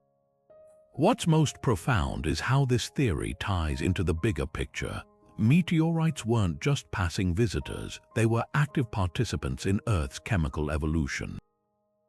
Each impact was a spark in the darkness, a fleeting crucible where the raw materials of life could emerge from chaos. And if that's true, then the same process might be unfolding right now on distant worlds, where asteroids and comets continue their ancient alchemy, turning destruction into creation one collision at a time. Picture a world where lakes aren't filled with water, but with liquid methane and ethane, a landscape so alien it defies everything we know about life's requirements. This isn't science fiction, it's Titan, Saturn's largest moon, where hydrocarbon lakes stretch across the surface in eerie, mirror-smooth expanses. And if life could emerge in Earth's oceans, why not in Titan's frigid, methane-rich seas? The hydrocarbon lake hypothesis pushes the boundaries of biology, suggesting that life's origins might not be limited to water-based chemistry, but could thrive in entirely different molecular landscapes. Titan's lakes are unlike anything on Earth. At -180 degrees Celsius, water is frozen solid, but methane and ethane remain liquid, creating a surreal cycle of hydrocarbon rain, rivers, and evaporation. What makes this environment tantalizing is the sheer abundance of organic molecules detected there, complex compounds like benzene, cyanide, and even polycyclic aromatic hydrocarbons, all swirling in Titan's thick, nitrogen-rich atmosphere. Under the right conditions, these molecules could theoretically assemble into structures resembling Earth's lipids or proteins, but with methane standing in for water as the solvent. Imagine cell membranes not made of phospholipids, but of acrylonitrile-based molecules, flexible enough to form vesicles in liquid methane. Lab experiments have already shown that such azotosomes could exist, stable in cryogenic temperatures and capable of enclosing genetic material, or its alien equivalent. One of the most provocative ideas comes from the work of chemist Stephen Benner, who explored how genetic information might store and replicate in non-water solvents. On Earth, DNA relies on hydrogen bonds between base pairs, but in methane, these bonds would be far too weak. Instead, Benner suggests that life on Titan could use molecules with stronger covalent bonds, like those found in certain plastics, to encode information. It's a radical departure from the biochemistry we know, but in a world where water is rock and methane flows like wine, the rules of life would need to be rewritten entirely. The Cassini-Huygens mission gave us our first close look at Titan's chemistry, revealing compounds like vinyl cyanide in its lakes, a molecule that, in theory, could form cell-like membranes in methane. Even more intriguing are the tholins, complex organic polymers that blanket Titan's surface, giving it an orange haze. These compounds don't exist naturally on Earth, but in Titan's cold, irradiated environment, they're the building blocks of a potential alien biochemistry. Some scientists speculate that tholins could act as both energy sources and structural components for life, fueling reactions in the absence of sunlight or oxygen. But how would metabolism work in such a place? Without water to dissolve nutrients or sunlight to drive photosynthesis, any Titan-like life would need alternative strategies. Proposed mechanisms include harvesting energy from acetylene and hydrogen reactions, a process that, while slow by Earth standards, could be viable in Titan's ultra-cold, high-pressure environment. There's even evidence of cryovolcanoes on Titan, spewing ammonia water slurries that might create temporary pockets of higher energy, like geothermal vents in an otherwise frozen world. Critics argue that Titan's extreme cold makes chemical reactions too sluggish for life as we know it. Yet extremophiles on Earth have repeatedly shattered our assumptions, thriving in acidic pools, radioactive waste, and even the vacuum of space. If life can adapt to those conditions, why not to a methane lake? The deeper lesson here isn't just about Titan, it's about redefining life's possibilities. If biology can arise in hydrocarbon seas, then the universe's habitable zones expand exponentially, encompassing not just Earth-like worlds but places we've never dared to consider. What's most thrilling is that Titan isn't a hypothetical case study, it's real, and we're going back. NASA's Dragonfly mission, set to launch in 2027, will send a drone-like rotorcraft to explore Titan's surface, sampling its organic chemistry firsthand. Whether or not we find life, the data could revolutionize our understanding of prebiotic chemistry, showing us how complex molecules assemble in environments utterly unlike our own. The hydrocarbon lake theory isn't just a wild guess, it's a challenge to our Earth-centric biases. It forces us to ask, is life a singular phenomenon, bound to water and sunlight, or is it a universal principle, capable of manifesting in forms we've yet to imagine? Titan, with its swirling orange skies and methane waves, might hold the answer, and if life did emerge there, it wouldn't just change our story, it would rewrite the entire book. Charles Darwin once speculated that life might have begun in a warm little pond, where heat, light, and chemicals mingled to spark biology's first moments. While his Victorian-era vision was poetic, modern science has given this idea a dramatic upgrade: geothermal pools, where scorching heat meets evaporating waters, creating the perfect stage for molecules to assemble into life's earliest structures. These aren't just puddles, they're dynamic cauldrons, cycling between wet and dry phases in a rhythmic dance that could have turbocharged the journey from chemistry to biology. Picture a volcanic landscape where steam rises from turquoise hot springs and mineral-rich waters simmer at the edges.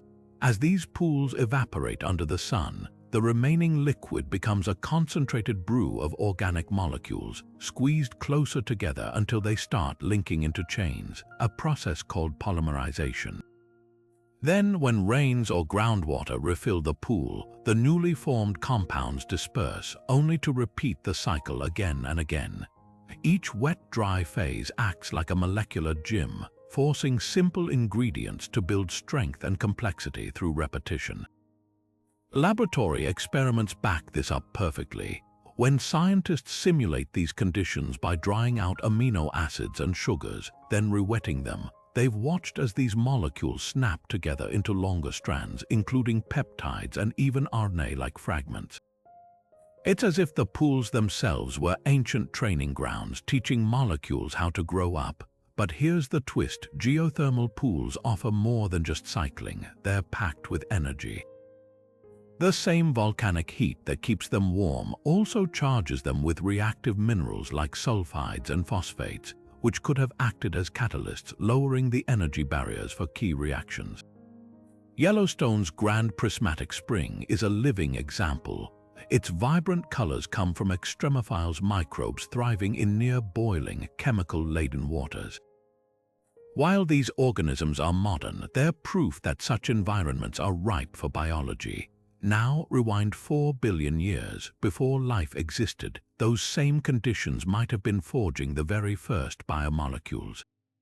The real power of this theory lies in its versatility. Unlike hydrothermal vents, which require specific deep-sea conditions, geothermal pools could have dotted volcanic islands and continental margins worldwide, offering countless opportunities for life to emerge.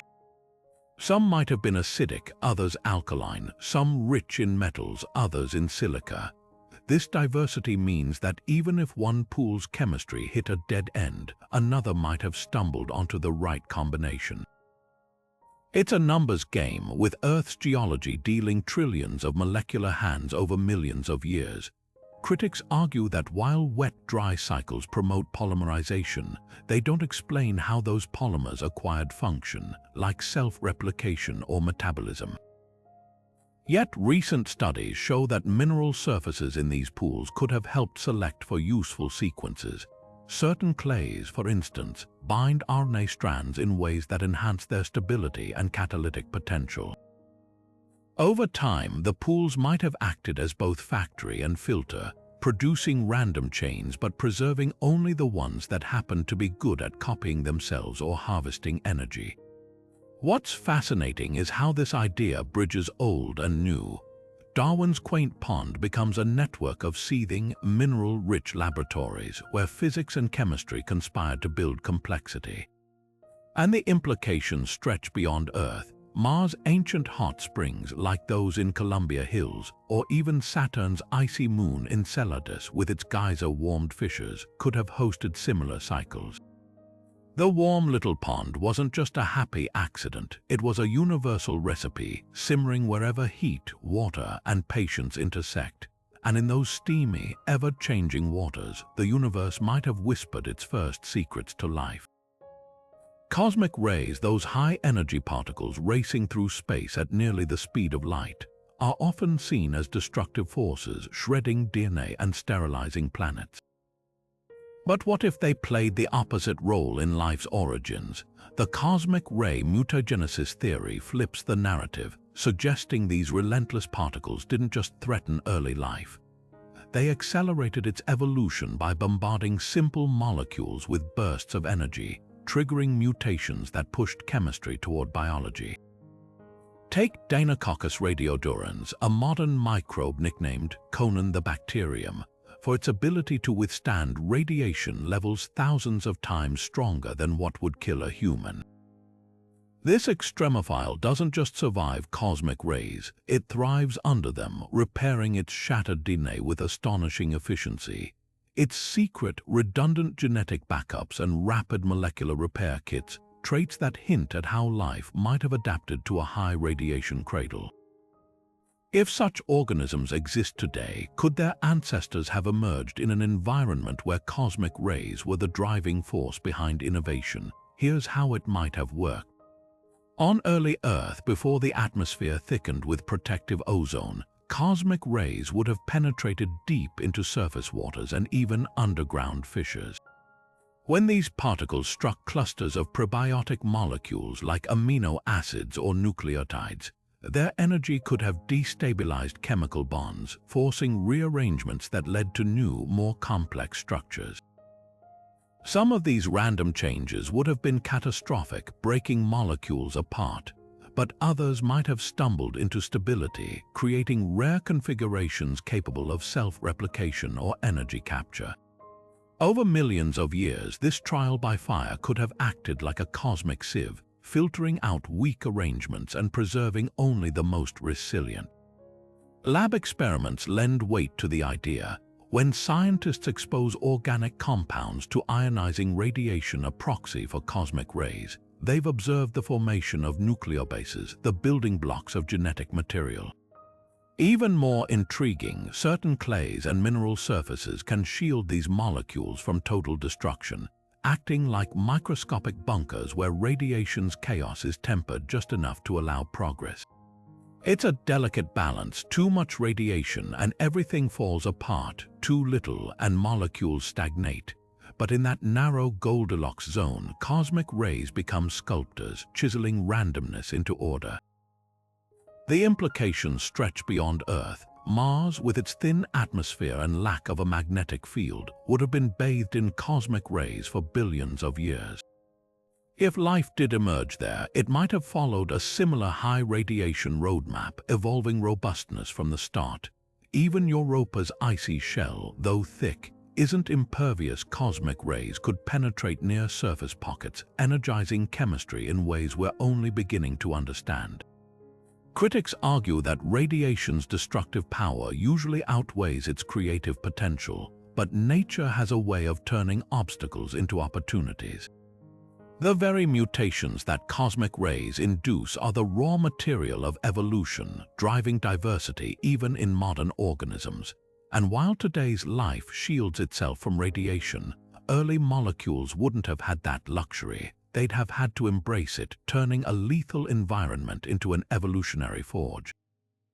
Whether cosmic rays were midwives to life or just another hurdle it overcame, their role forces us to rethink the boundaries of habitability. The universe isn't just a passive backdrop for biology, it's an active participant shaping life with every particle it hurls into the void. And in that violent exchange, amid the chaos of shattered molecules and frantic repairs, the first whispers of life might have found their voice. Silicon-based life sounds like something straight out of science fiction. Think Star Trek's Horta or the crystalline aliens from classic pulp magazines. But the idea isn't just fantasy, it's rooted in real chemistry. On the periodic table, silicon sits right below carbon, sharing its knack for forming 4 bonds with other atoms. This structural similarity has led scientists to speculate. If carbon can build the complex molecules of life as we know it, why not silicon? The answer lies in the subtle but critical differences between these elemental cousins. Carbon's magic lies in its versatility.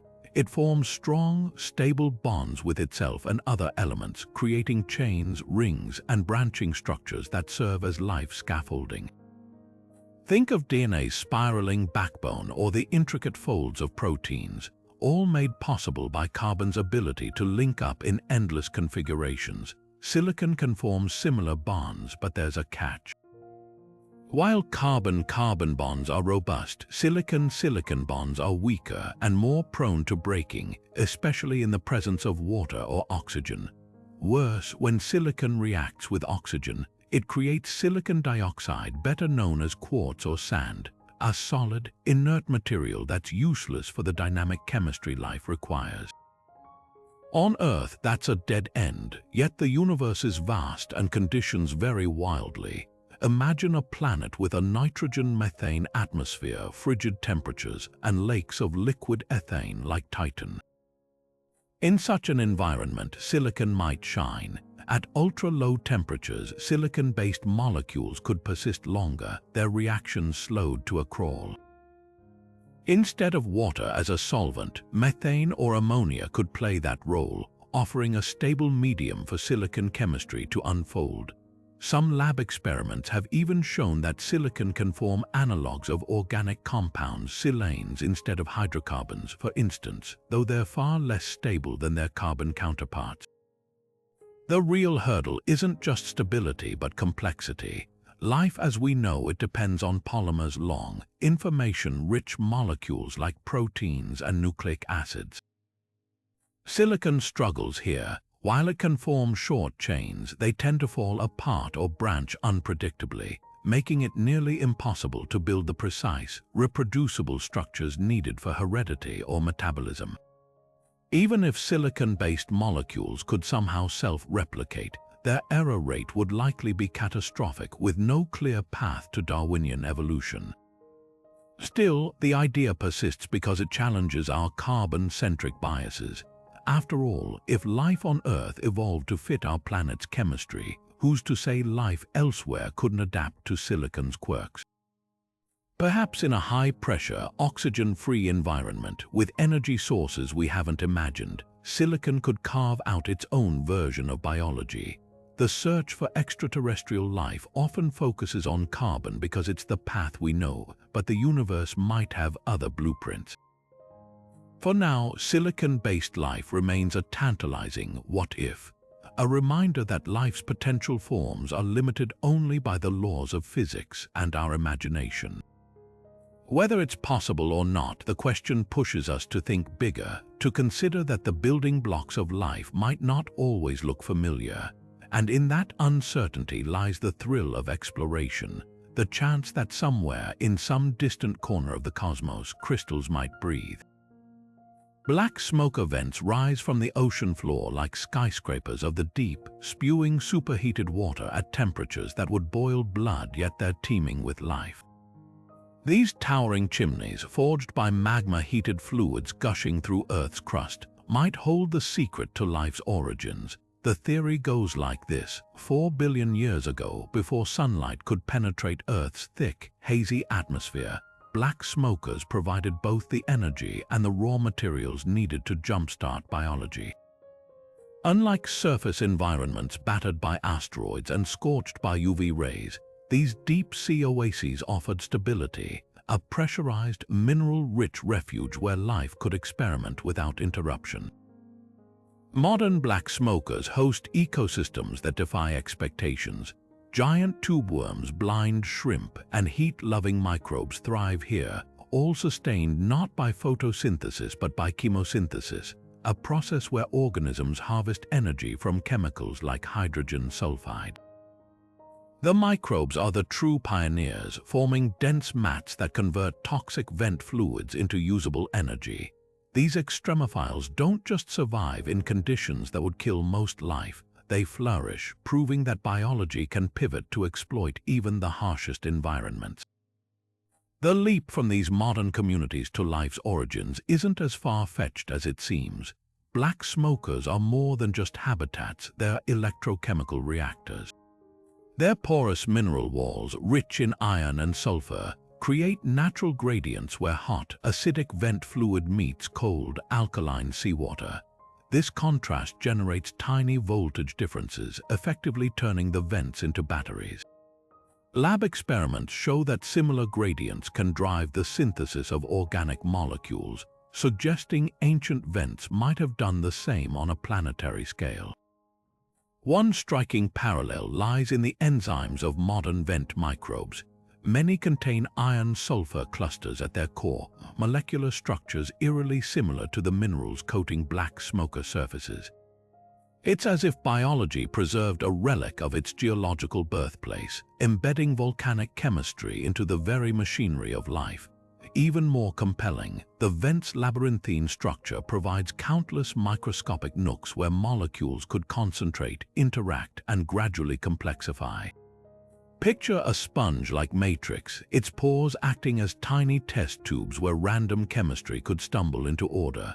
Critics argue that black smokers might be too hot for delicate biomolecules like RNA to survive. Yet discoveries of cooler, less acidic vents like the Lost City field offer a middle ground.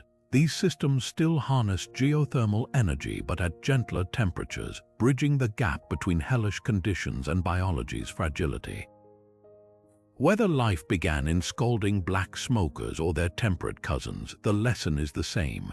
In the absence of sunlight, Earth's inner fire might have been the spark that lit the fuse of life.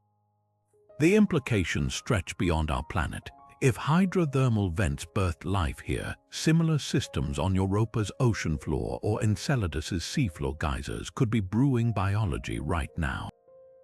Black smokers aren't just a theory, they're a window into life's tenacity, proving that where there's energy and chemistry, life finds a way, even in the darkest, most improbable corners of the universe. Earth's early atmosphere wasn't the life-giving blanket of nitrogen and oxygen we know today. It was a shifting, chaotic shroud of gases, its composition hotly debated among scientists. Two competing theories dominate the discussion: the reducing atmosphere model, packed with methane and ammonia, versus the neutral atmosphere model, dominated by carbon dioxide and nitrogen. The difference isn't just academic, it shapes how we imagine life's first molecules emerged from thin air. Proponents of the reducing atmosphere point to the iconic Miller-Urey experiment of 1953, where sparks zapped through a mix of methane, ammonia, and hydrogen produced amino acids, the building blocks of proteins. This vision of early Earth paints a planet cloaked in gases ripe for organic synthesis, where lightning and UV radiation could effortlessly stitch simple molecules into life's precursors. But geological evidence has chipped away at this idea. Ancient rock samples like zircon crystals dating back over 4 billion years suggest Earth's early air might have been far less hydrogen-rich. Instead of methane dominating, carbon dioxide and nitrogen may have been the key players, creating a more neutral and less chemically generous environment. A neutral atmosphere throws a wrench into traditional origin of life scenarios. Without ample hydrogen or methane, the easy formation of amino acids and nucleobases becomes far trickier. Yet nature is resourceful. Recent experiments show that even under these conditions, organic synthesis isn't impossible, just more niche. Volcanic eruptions could have belched localized pockets of reducing gases like hydrogen sulfide or carbon monoxide into the mix, creating temporary chemical hotspots. Meanwhile, mineral surfaces, like those in hydrothermal vents or tidal pools, might have concentrated scarce reactants, tipping the scales in favor of complexity. The debate takes a fascinating turn when extraterrestrial clues enter the picture. Meteorites like Murchison, packed with amino acids, prove these molecules form readily in space, suggesting Earth's early inventory might have been supplemented by cosmic deliveries. If the atmosphere alone couldn't generate enough organics, perhaps asteroids and comets filled the gaps. This hybrid scenario bridges the divide, acknowledging that life's ingredients could have come from both Earth's chemistry and celestial imports. What's at stake isn't just a technical detail, but our entire understanding of life's odds. A reducing atmosphere implies life could emerge almost effortlessly, given the right energy sources. A neutral one suggests a slower, more precarious path, where geology and astrophysics had to conspire to make biology possible.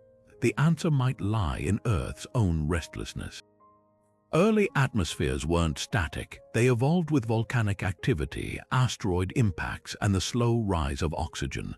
Life might have arisen during a fleeting window, a time when the air was just reactive enough to spark chemistry, but stable enough to let it simmer. As probes analyze the atmospheres of distant exoplanets, this debate gains cosmic significance. If reducing atmospheres are life's gatekeepers, we might narrow our search to worlds rich in methane. But if neutral atmospheres can still birth biology, the habitable zone expands, encompassing planets we once dismissed. Either way, Earth's ancient air remains a puzzle, one that keeps rewriting the recipe for life itself. Viruses, the ultimate hitchhikers of the biological world, are usually seen as mere parasites, hijacking cells to replicate and survive. But what if they're more than just cellular moochers? What if they existed before cells altogether, shaping life's earliest genetic experiments? This is the radical premise of the virus-first hypothesis, a theory that flips the traditional timeline of life's origins on its head. Instead of cells evolving first and viruses emerging as degenerate escapees, this idea suggests viruses were pioneers, sculpting the genetic diversity that made cellular life possible. At the heart of this theory are giant viruses like mimivirus, discovered in 2003 inside an amoeba in a British cooling tower. Unlike typical viruses, which are tiny and genetically sparse, mimivirus stunned scientists with its complexity. Its genome was larger than some bacteria, packed with over 1,000 genes, including many involved in protein synthesis, a process once thought exclusive to cellular life. Even more baffling, some of these genes had no known counterparts in any other organism, as if mimivirus had preserved a molecular toolkit from a forgotten era. If viruses were meant to be simple freeloaders, how did this one end up with such a rich genetic repertoire? The answer might lie in an ancient world where viruses weren't just guests, they were architects. In the virus-first scenario, early genetic material, perhaps loose strands of RNA or DNA, could have replicated freely in probiotic soups or on mineral surfaces, unchecked by cellular boundaries. These naked molecules might have evolved mechanisms to package and protect themselves, giving rise to the first virus-like entities. Over time, their interactions could have spurred genetic innovation, trading pieces of code like currency in a molecular marketplace. Horizontal gene transfer, a process where organisms share genes directly common in bacteria today, might have been the norm, with viruses acting as the original couriers. Mimivirus isn't alone. Other giant viruses like Pandoravirus and Tupanvirus blur the line between virus and cell even further. Pandoravirus's genome contains over 2,500 genes, most of them entirely new to science, while Tupanvirus carries genes for ribosomal components, the machinery cells use to build proteins. These discoveries have forced scientists to reconsider the tree of life. Some now propose a fourth domain alongside bacteria, archaea, and eukaryotes, just to accommodate these viral giants and their evolutionary enigmas. Critics argue that viruses can't replicate without cells, making a pre-cellular existence impossible. But proponents counter with a twist. Maybe viruses didn't need cells as we know them. Instead, they could have thrived in a world of loose genetic material, protoenzymes, and bubbling thermal pools, a place where replication was messy, collaborative, and unconstrained. In this view, the first cells might have emerged when virus-like entities teamed up with lipid membranes or protein sheaths, trading mobility for stability and birthing cellular life as a side effect of their symbiosis. The implications ripple far beyond Earth. If viruses were indeed life's early innovators, then their genetic promiscuity, their knack for swapping and repurposing genes, could be a universal feature of biology. On icy moons or exoplanets, similar viral pioneers might still be out there, stitching together the first drafts of alien life. Even on Earth, viruses remain the most abundant biological entities, outnumbering stars in the observable universe. Their dominance isn't just a quirk of evolution, it might be an echo of their primordial role, a reminder that life's story began not with a solitary cell, but with a bustling, chaotic dance of genetic fragments and the viruses that brought them to life. Life's origins might not have been a solo act but a collaboration. Imagine a world where the first whispers of life weren't solitary molecules struggling to survive, but partnerships between different proto-organisms, each contributing a unique skill set. This is the heart of symbiotic genesis, a theory that suggests life emerged not from competition, but from cooperation, with ancient chemical entities merging their strengths long before the first true cells existed. It's an idea that doesn't just explain life's beginnings, it foreshadows one of biology's most revolutionary discoveries: endosymbiosis, the process that gave us mitochondria and transformed simple cells into the complex powerhouses we are today. The modern blueprint for this theory lies in our own cells. Mitochondria, the energy factories humming inside nearly every eukaryotic organism, weren't always part of us.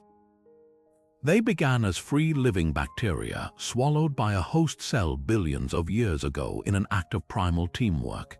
Instead of being digested, these bacteria struck a deal. They'd generate energy for their host in exchange for shelter and resources. Over time, this partnership became permanent, with the bacteria shedding unnecessary genes and evolving into the organelles we now depend on for every breath and heartbeat. But if such alliances shaped life's complexity later on, why couldn't similar collaborations have sparked its very birth? Picture Earth's early oceans, teeming with proto-organisms, maybe RNA strands clinging to mineral surfaces, lipid bubbles hoarding useful molecules, or iron-sulfur clusters harnessing geothermal energy. Alone, none of these systems had all the tools to cross the threshold into true life. But together, a lipid vesicle could provide shelter for fragile RNA, while the RNA's ability to catalyze reactions might help the vesicle grow and divide. Nearby, a mineral catalyst could turbocharge these interactions, creating a virtuous cycle where each participant's weakness was covered by another's strength. This isn't just speculation. Lab experiments have shown that such partnerships can emerge spontaneously. When researchers mix RNA, lipids, and metal ions under simulated probiotic conditions, they observe cooperative systems forming structures where each component enhances the other's stability and function. The beauty of symbiotic genesis lies in its efficiency. Instead of waiting for one molecule to miraculously evolve all the properties of life, it spreads the workload across multiple players, each specializing in a different task. It's like building a car. You don't need one genius part that can steer, accelerate, and brake simultaneously. You assemble a team where wheels, engine, and brakes each excel at their own role. This division of labor could have accelerated life's emergence, turning a near-impossible hurdle into a series of smaller, solvable steps. Critics argue that without existing replication mechanisms, these partnerships would lack heredity, a key ingredient for evolution. Yet recent studies of compositional genomes suggest a way around this. Lipid membranes, for instance, can inherit certain traits like thickness or permeability, based on their molecular makeup even without genetic coding. If protocells with advantageous compositions outcompeted others, natural selection could still operate, favoring symbiotic teams that struck the right balance. Over time, these crude collaborations might have refined themselves, eventually birthing the first true cells with unified genetic systems. The implications stretch far beyond Earth. If life here arose through symbiosis, the same could be true anywhere.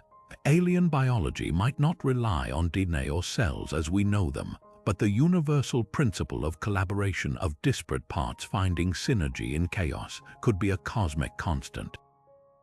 From the volcanic vents of Europa to the methane lakes of Titan, life might not whisper its first words alone, but in a chorus of intertwined voices, each lending strength to the next. And if that's true, then cooperation isn't just a feature of life, it's the very reason life exists at all. Interstellar molecular clouds, vast, swirling nurseries of gas and dust scattered across the galaxy, might seem like unlikely crucibles for life's ingredients. Yet within these frigid, lightless voids, chemistry far more intricate than anyone imagined is unfolding. Picture clouds so dense that a thimbleful of their material could weigh tons if brought to Earth, their cores chilled to just 10 degrees above absolute zero. In these extreme conditions, simple atoms collide and stick to microscopic dust grains, forming icy mantles that become cosmic laboratories. Here, shielded from destructive radiation, molecules as complex as sugars and amino acids take shape, grafting themselves together one atomic bond at a time over millions of years. One of the most groundbreaking discoveries came in 2012, when astronomers using the ALMA telescope detected glycolaldehyde, a simple sugar, in the gas surrounding a young star system. This molecule, though far less sweet than table sugar, is a direct precursor to ribose, the backbone of RNA. Its presence in space proved that the building blocks of genetics aren't unique to planets, they're being woven into the fabric of the cosmos itself. Since then, the list of complex organics found in molecular clouds has exploded. Ethanol, formaldehyde, even vinyl alcohol, each one a potential ingredient in life's recipe. But how do these molecules form in an environment where temperatures hover near negative 260 degrees Celsius? The secret lies in the dust.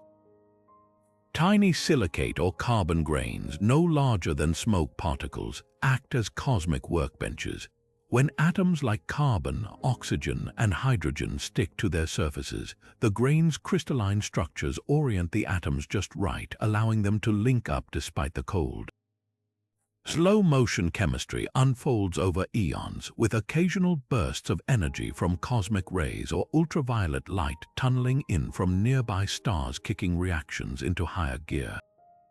Lab experiments simulating these conditions have recreated the process, watching as ice is laced with simple molecules transform into complex organics when zapped with radiation, a eerie mimicry of nature's patience. The implications are staggering. If molecular clouds are factories churning out life's raw materials, then every newborn star system could be seeded with these compounds from day one. When comets and asteroids later form from these chemically rich leftovers, they become delivery vehicles ferrying pre-made organics to planets like Earth. The Murchison meteorite, packed with over 90 amino acids, might just be a snapshot of this process, a frozen piece of an interstellar cloud that predated our solar system. Critics point out that while molecular clouds create precursors, they lack the liquid water or concentrated energy sources needed to assemble them into true biology. Yet recent models suggest these clouds aren't static. Collapsing regions can heat dust grains temporarily, creating fleeting pockets where ice mantles melt into briny films, microscopic droplets where dissolved organics might interact. Others propose that when these clouds eventually form stars and planets, their chemical wealth gets funneled into hydrothermal vents or tidal pools, bridging the gap between space and Earth's cradle. What's most profound is the universality of this process. The same molecular clouds we observe today in Orion or Taurus existed long before our Sun ignited, meaning the ingredients for life could be billions of years older than Earth itself. Across the galaxy, similar clouds are doubtless crafting the same molecules, sprinkling them into emerging planetary systems with every stellar birth. Whether any of those systems cook these cosmic gifts into life remains unknown, but the universe, it seems, has been setting the table for biology long before the first cells stirred. Deep beneath Earth's surface, where tectonic forces twist and compress the very bones of the planet, lies a hidden source of energy that might have fueled life's first sparks: piezoelectricity. This phenomenon occurs when certain minerals, like quartz or tourmaline, generate electric charges under mechanical stress, squeeze or bend them, and they respond with tiny bursts of voltage as if the stone itself were breathing electricity. On the violent, quake-rattled Earth of 4 billion years ago, where geothermal activity and asteroid impacts kept the crust in constant turmoil, these minerals could have acted as nature's first batteries, offering fleeting but relentless energy to drive probiotic chemistry forward. The mechanics are elegantly simple. When piezoelectric crystals like quartz are subjected to pressure, whether from shifting tectonic plates, volcanic tremors, or even the crash of ocean waves, their atomic structure distorts slightly, pushing positive and negative charges to opposite ends. This creates a voltage difference, a miniature power source capable of nudging electrons through surrounding fluids. In modern times, we harness this effect in everything from cigarette lighters to ultrasound machines. But in life's infancy, that trickle of electricity could have been revolutionary, providing the energy needed to forge complex molecules from simple precursors. Imagine a hydrothermal vent field laced with quartz veins. As superheated fluids surge through fissures, the rocks flex and fracture, sending piezoelectric pulses through the water. Nearby pools of dissolved ions and organic compounds would suddenly find themselves in an electrochemical dance, with the quartz's fleeting charges acting as a conductor. Lab experiments back this up. When researchers simulate these conditions, applying pressure to piezoelectric minerals submerged in solutions mimicking early Earth's oceans, they observe the formation of reactive intermediates like radicals and ions, precisely the kinds of energetic molecules that could jumpstart the synthesis of amino acids or nucleotides. One striking example comes from work with pyrite, often called fool's gold. Though not piezoelectric itself, pyrite is a semiconductor, meaning it can amplify and direct the electrical currents generated by neighboring piezoelectric minerals. In studies where pyrite and quartz are subjected to simulated geological stress, the resulting currents have been shown to reduce carbon dioxide into formate, a simple organic acid central to many metabolic pathways. It's as if Earth's crust were wired for chemistry, with stress-activated minerals acting like a primordial version of the electron transport chains found in modern cells. Critics argue that piezoelectric effects are too transient to sustain meaningful biochemistry. But on a planet where seismic activity was constant, where every tide, eruption, and impact sent shockwaves rippling through the crust, these fleeting sparks could have been near continuous. More compelling still, some piezoelectric minerals like tourmaline are also pyroelectric, meaning they generate charge when heated or cooled. In a geothermal landscape where temperatures fluctuate wildly, this dual effect would have created overlapping pulses of energy, turning entire rock formations into sprawling, self-replenishing reactors. The implications stretch beyond our own origins. If piezoelectricity helped power life's emergence here, then icy moons like Europa, with its fractured, shifting crust, or even Mars, where ancient fault lines still bear the scars of tectonic activity, might have hosted similar processes. The universe is full of pressure and motion, from the gravitational kneading of tidal forces to the relentless grind of colliding continents.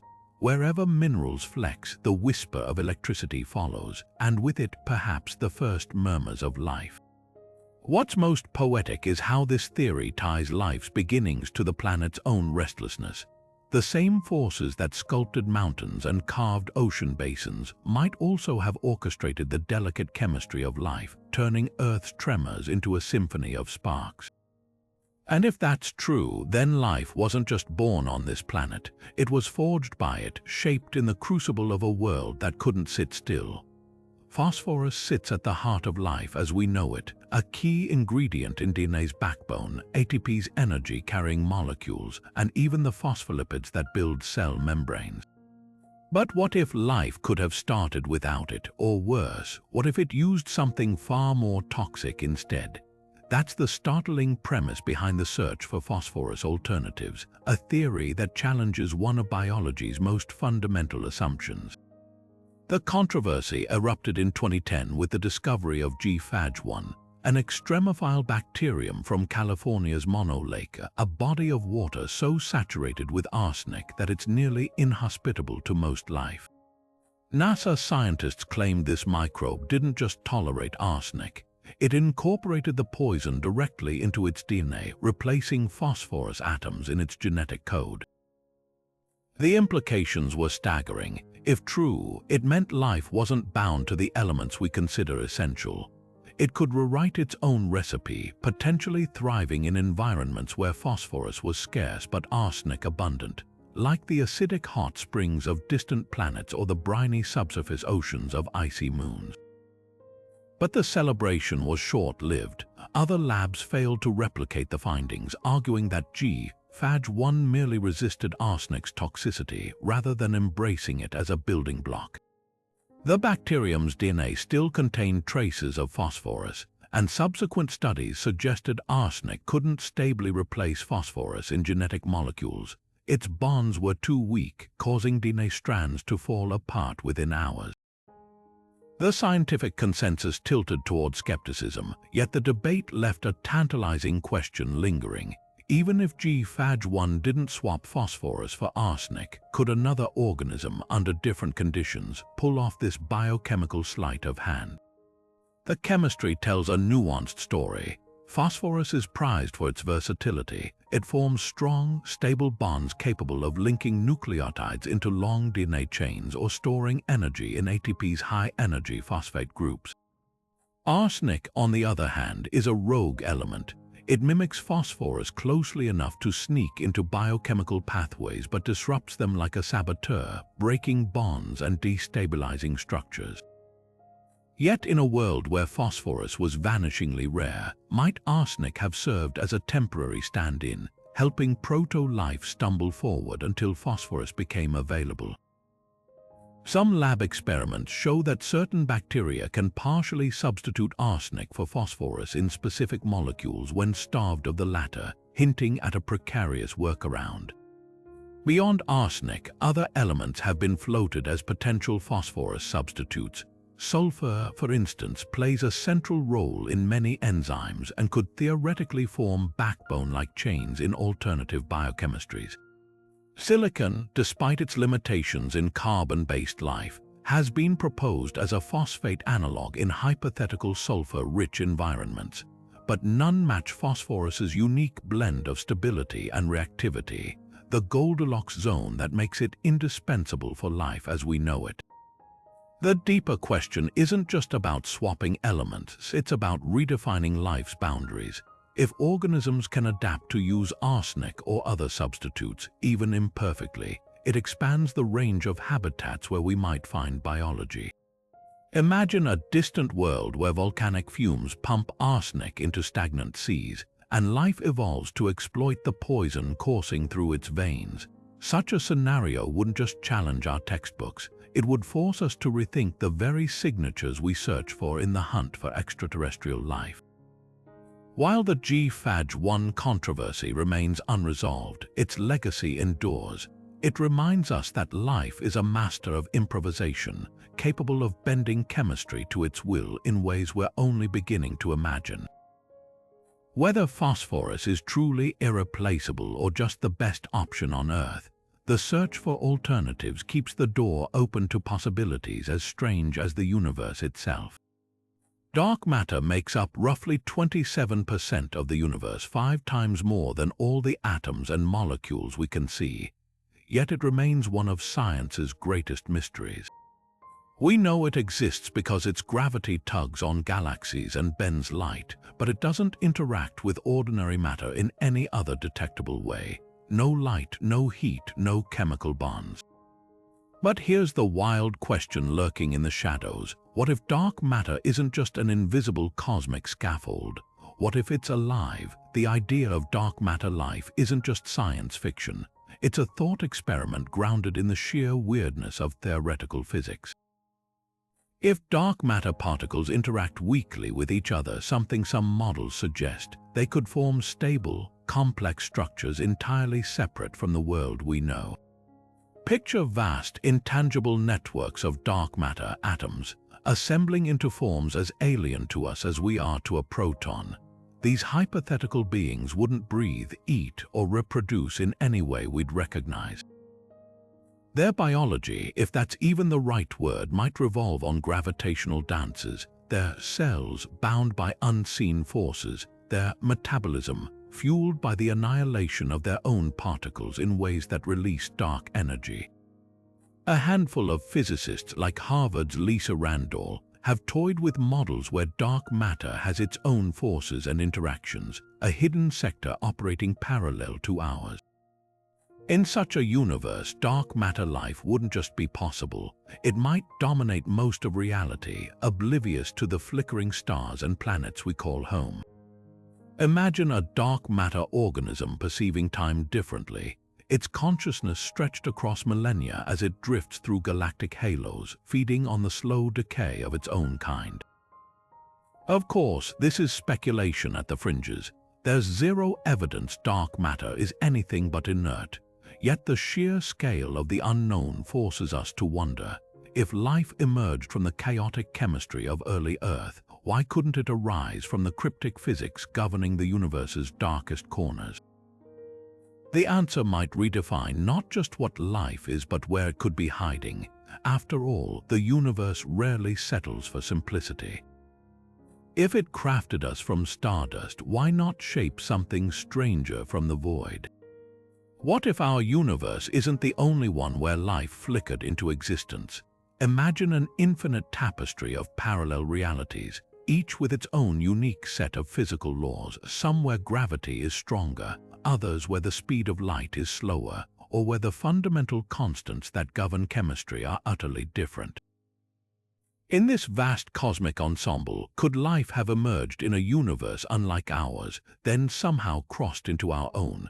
This is the mind-bending premise of multiverse seeding, a theory that stretches the boundaries of Panspermia beyond our cosmic horizon and into the realm of the unimaginable. At the heart of this idea lies the multiverse hypothesis, which suggests our universe is just one bubble in an endless froth of universes, each with its own physics. Some versions of this theory, like eternal inflation, propose that new universes constantly bud off from existing ones, creating an ever-growing tree of reality. But here's the twist: if bubbles can form, could they also collide? Mathematical models hint that under certain conditions, neighboring universes might brush against each other, creating temporary bridges or defects in spacetime. These cosmic scars could, in theory, allow matter or even life to hop from one universe to another. Now consider the implications. If life arose in a universe where, say, the strength of electromagnetism was slightly different, enabling more stable molecular structures or faster chemical reactions, could hardy organisms have hitched a ride across one of these bridges? The concept isn't as far-fetched as it sounds. We already know extremophiles on Earth can survive the vacuum of space, and tardigrades endure conditions that would obliterate most other life forms. If a microbe could adapt to the bizarre physics of another universe, it might just endure a journey through the quantum foam between realities. But how would such a transfer even work? One possibility lies in cosmic strings, hypothetical, thread-like defects in space-time left over from the Big Bang.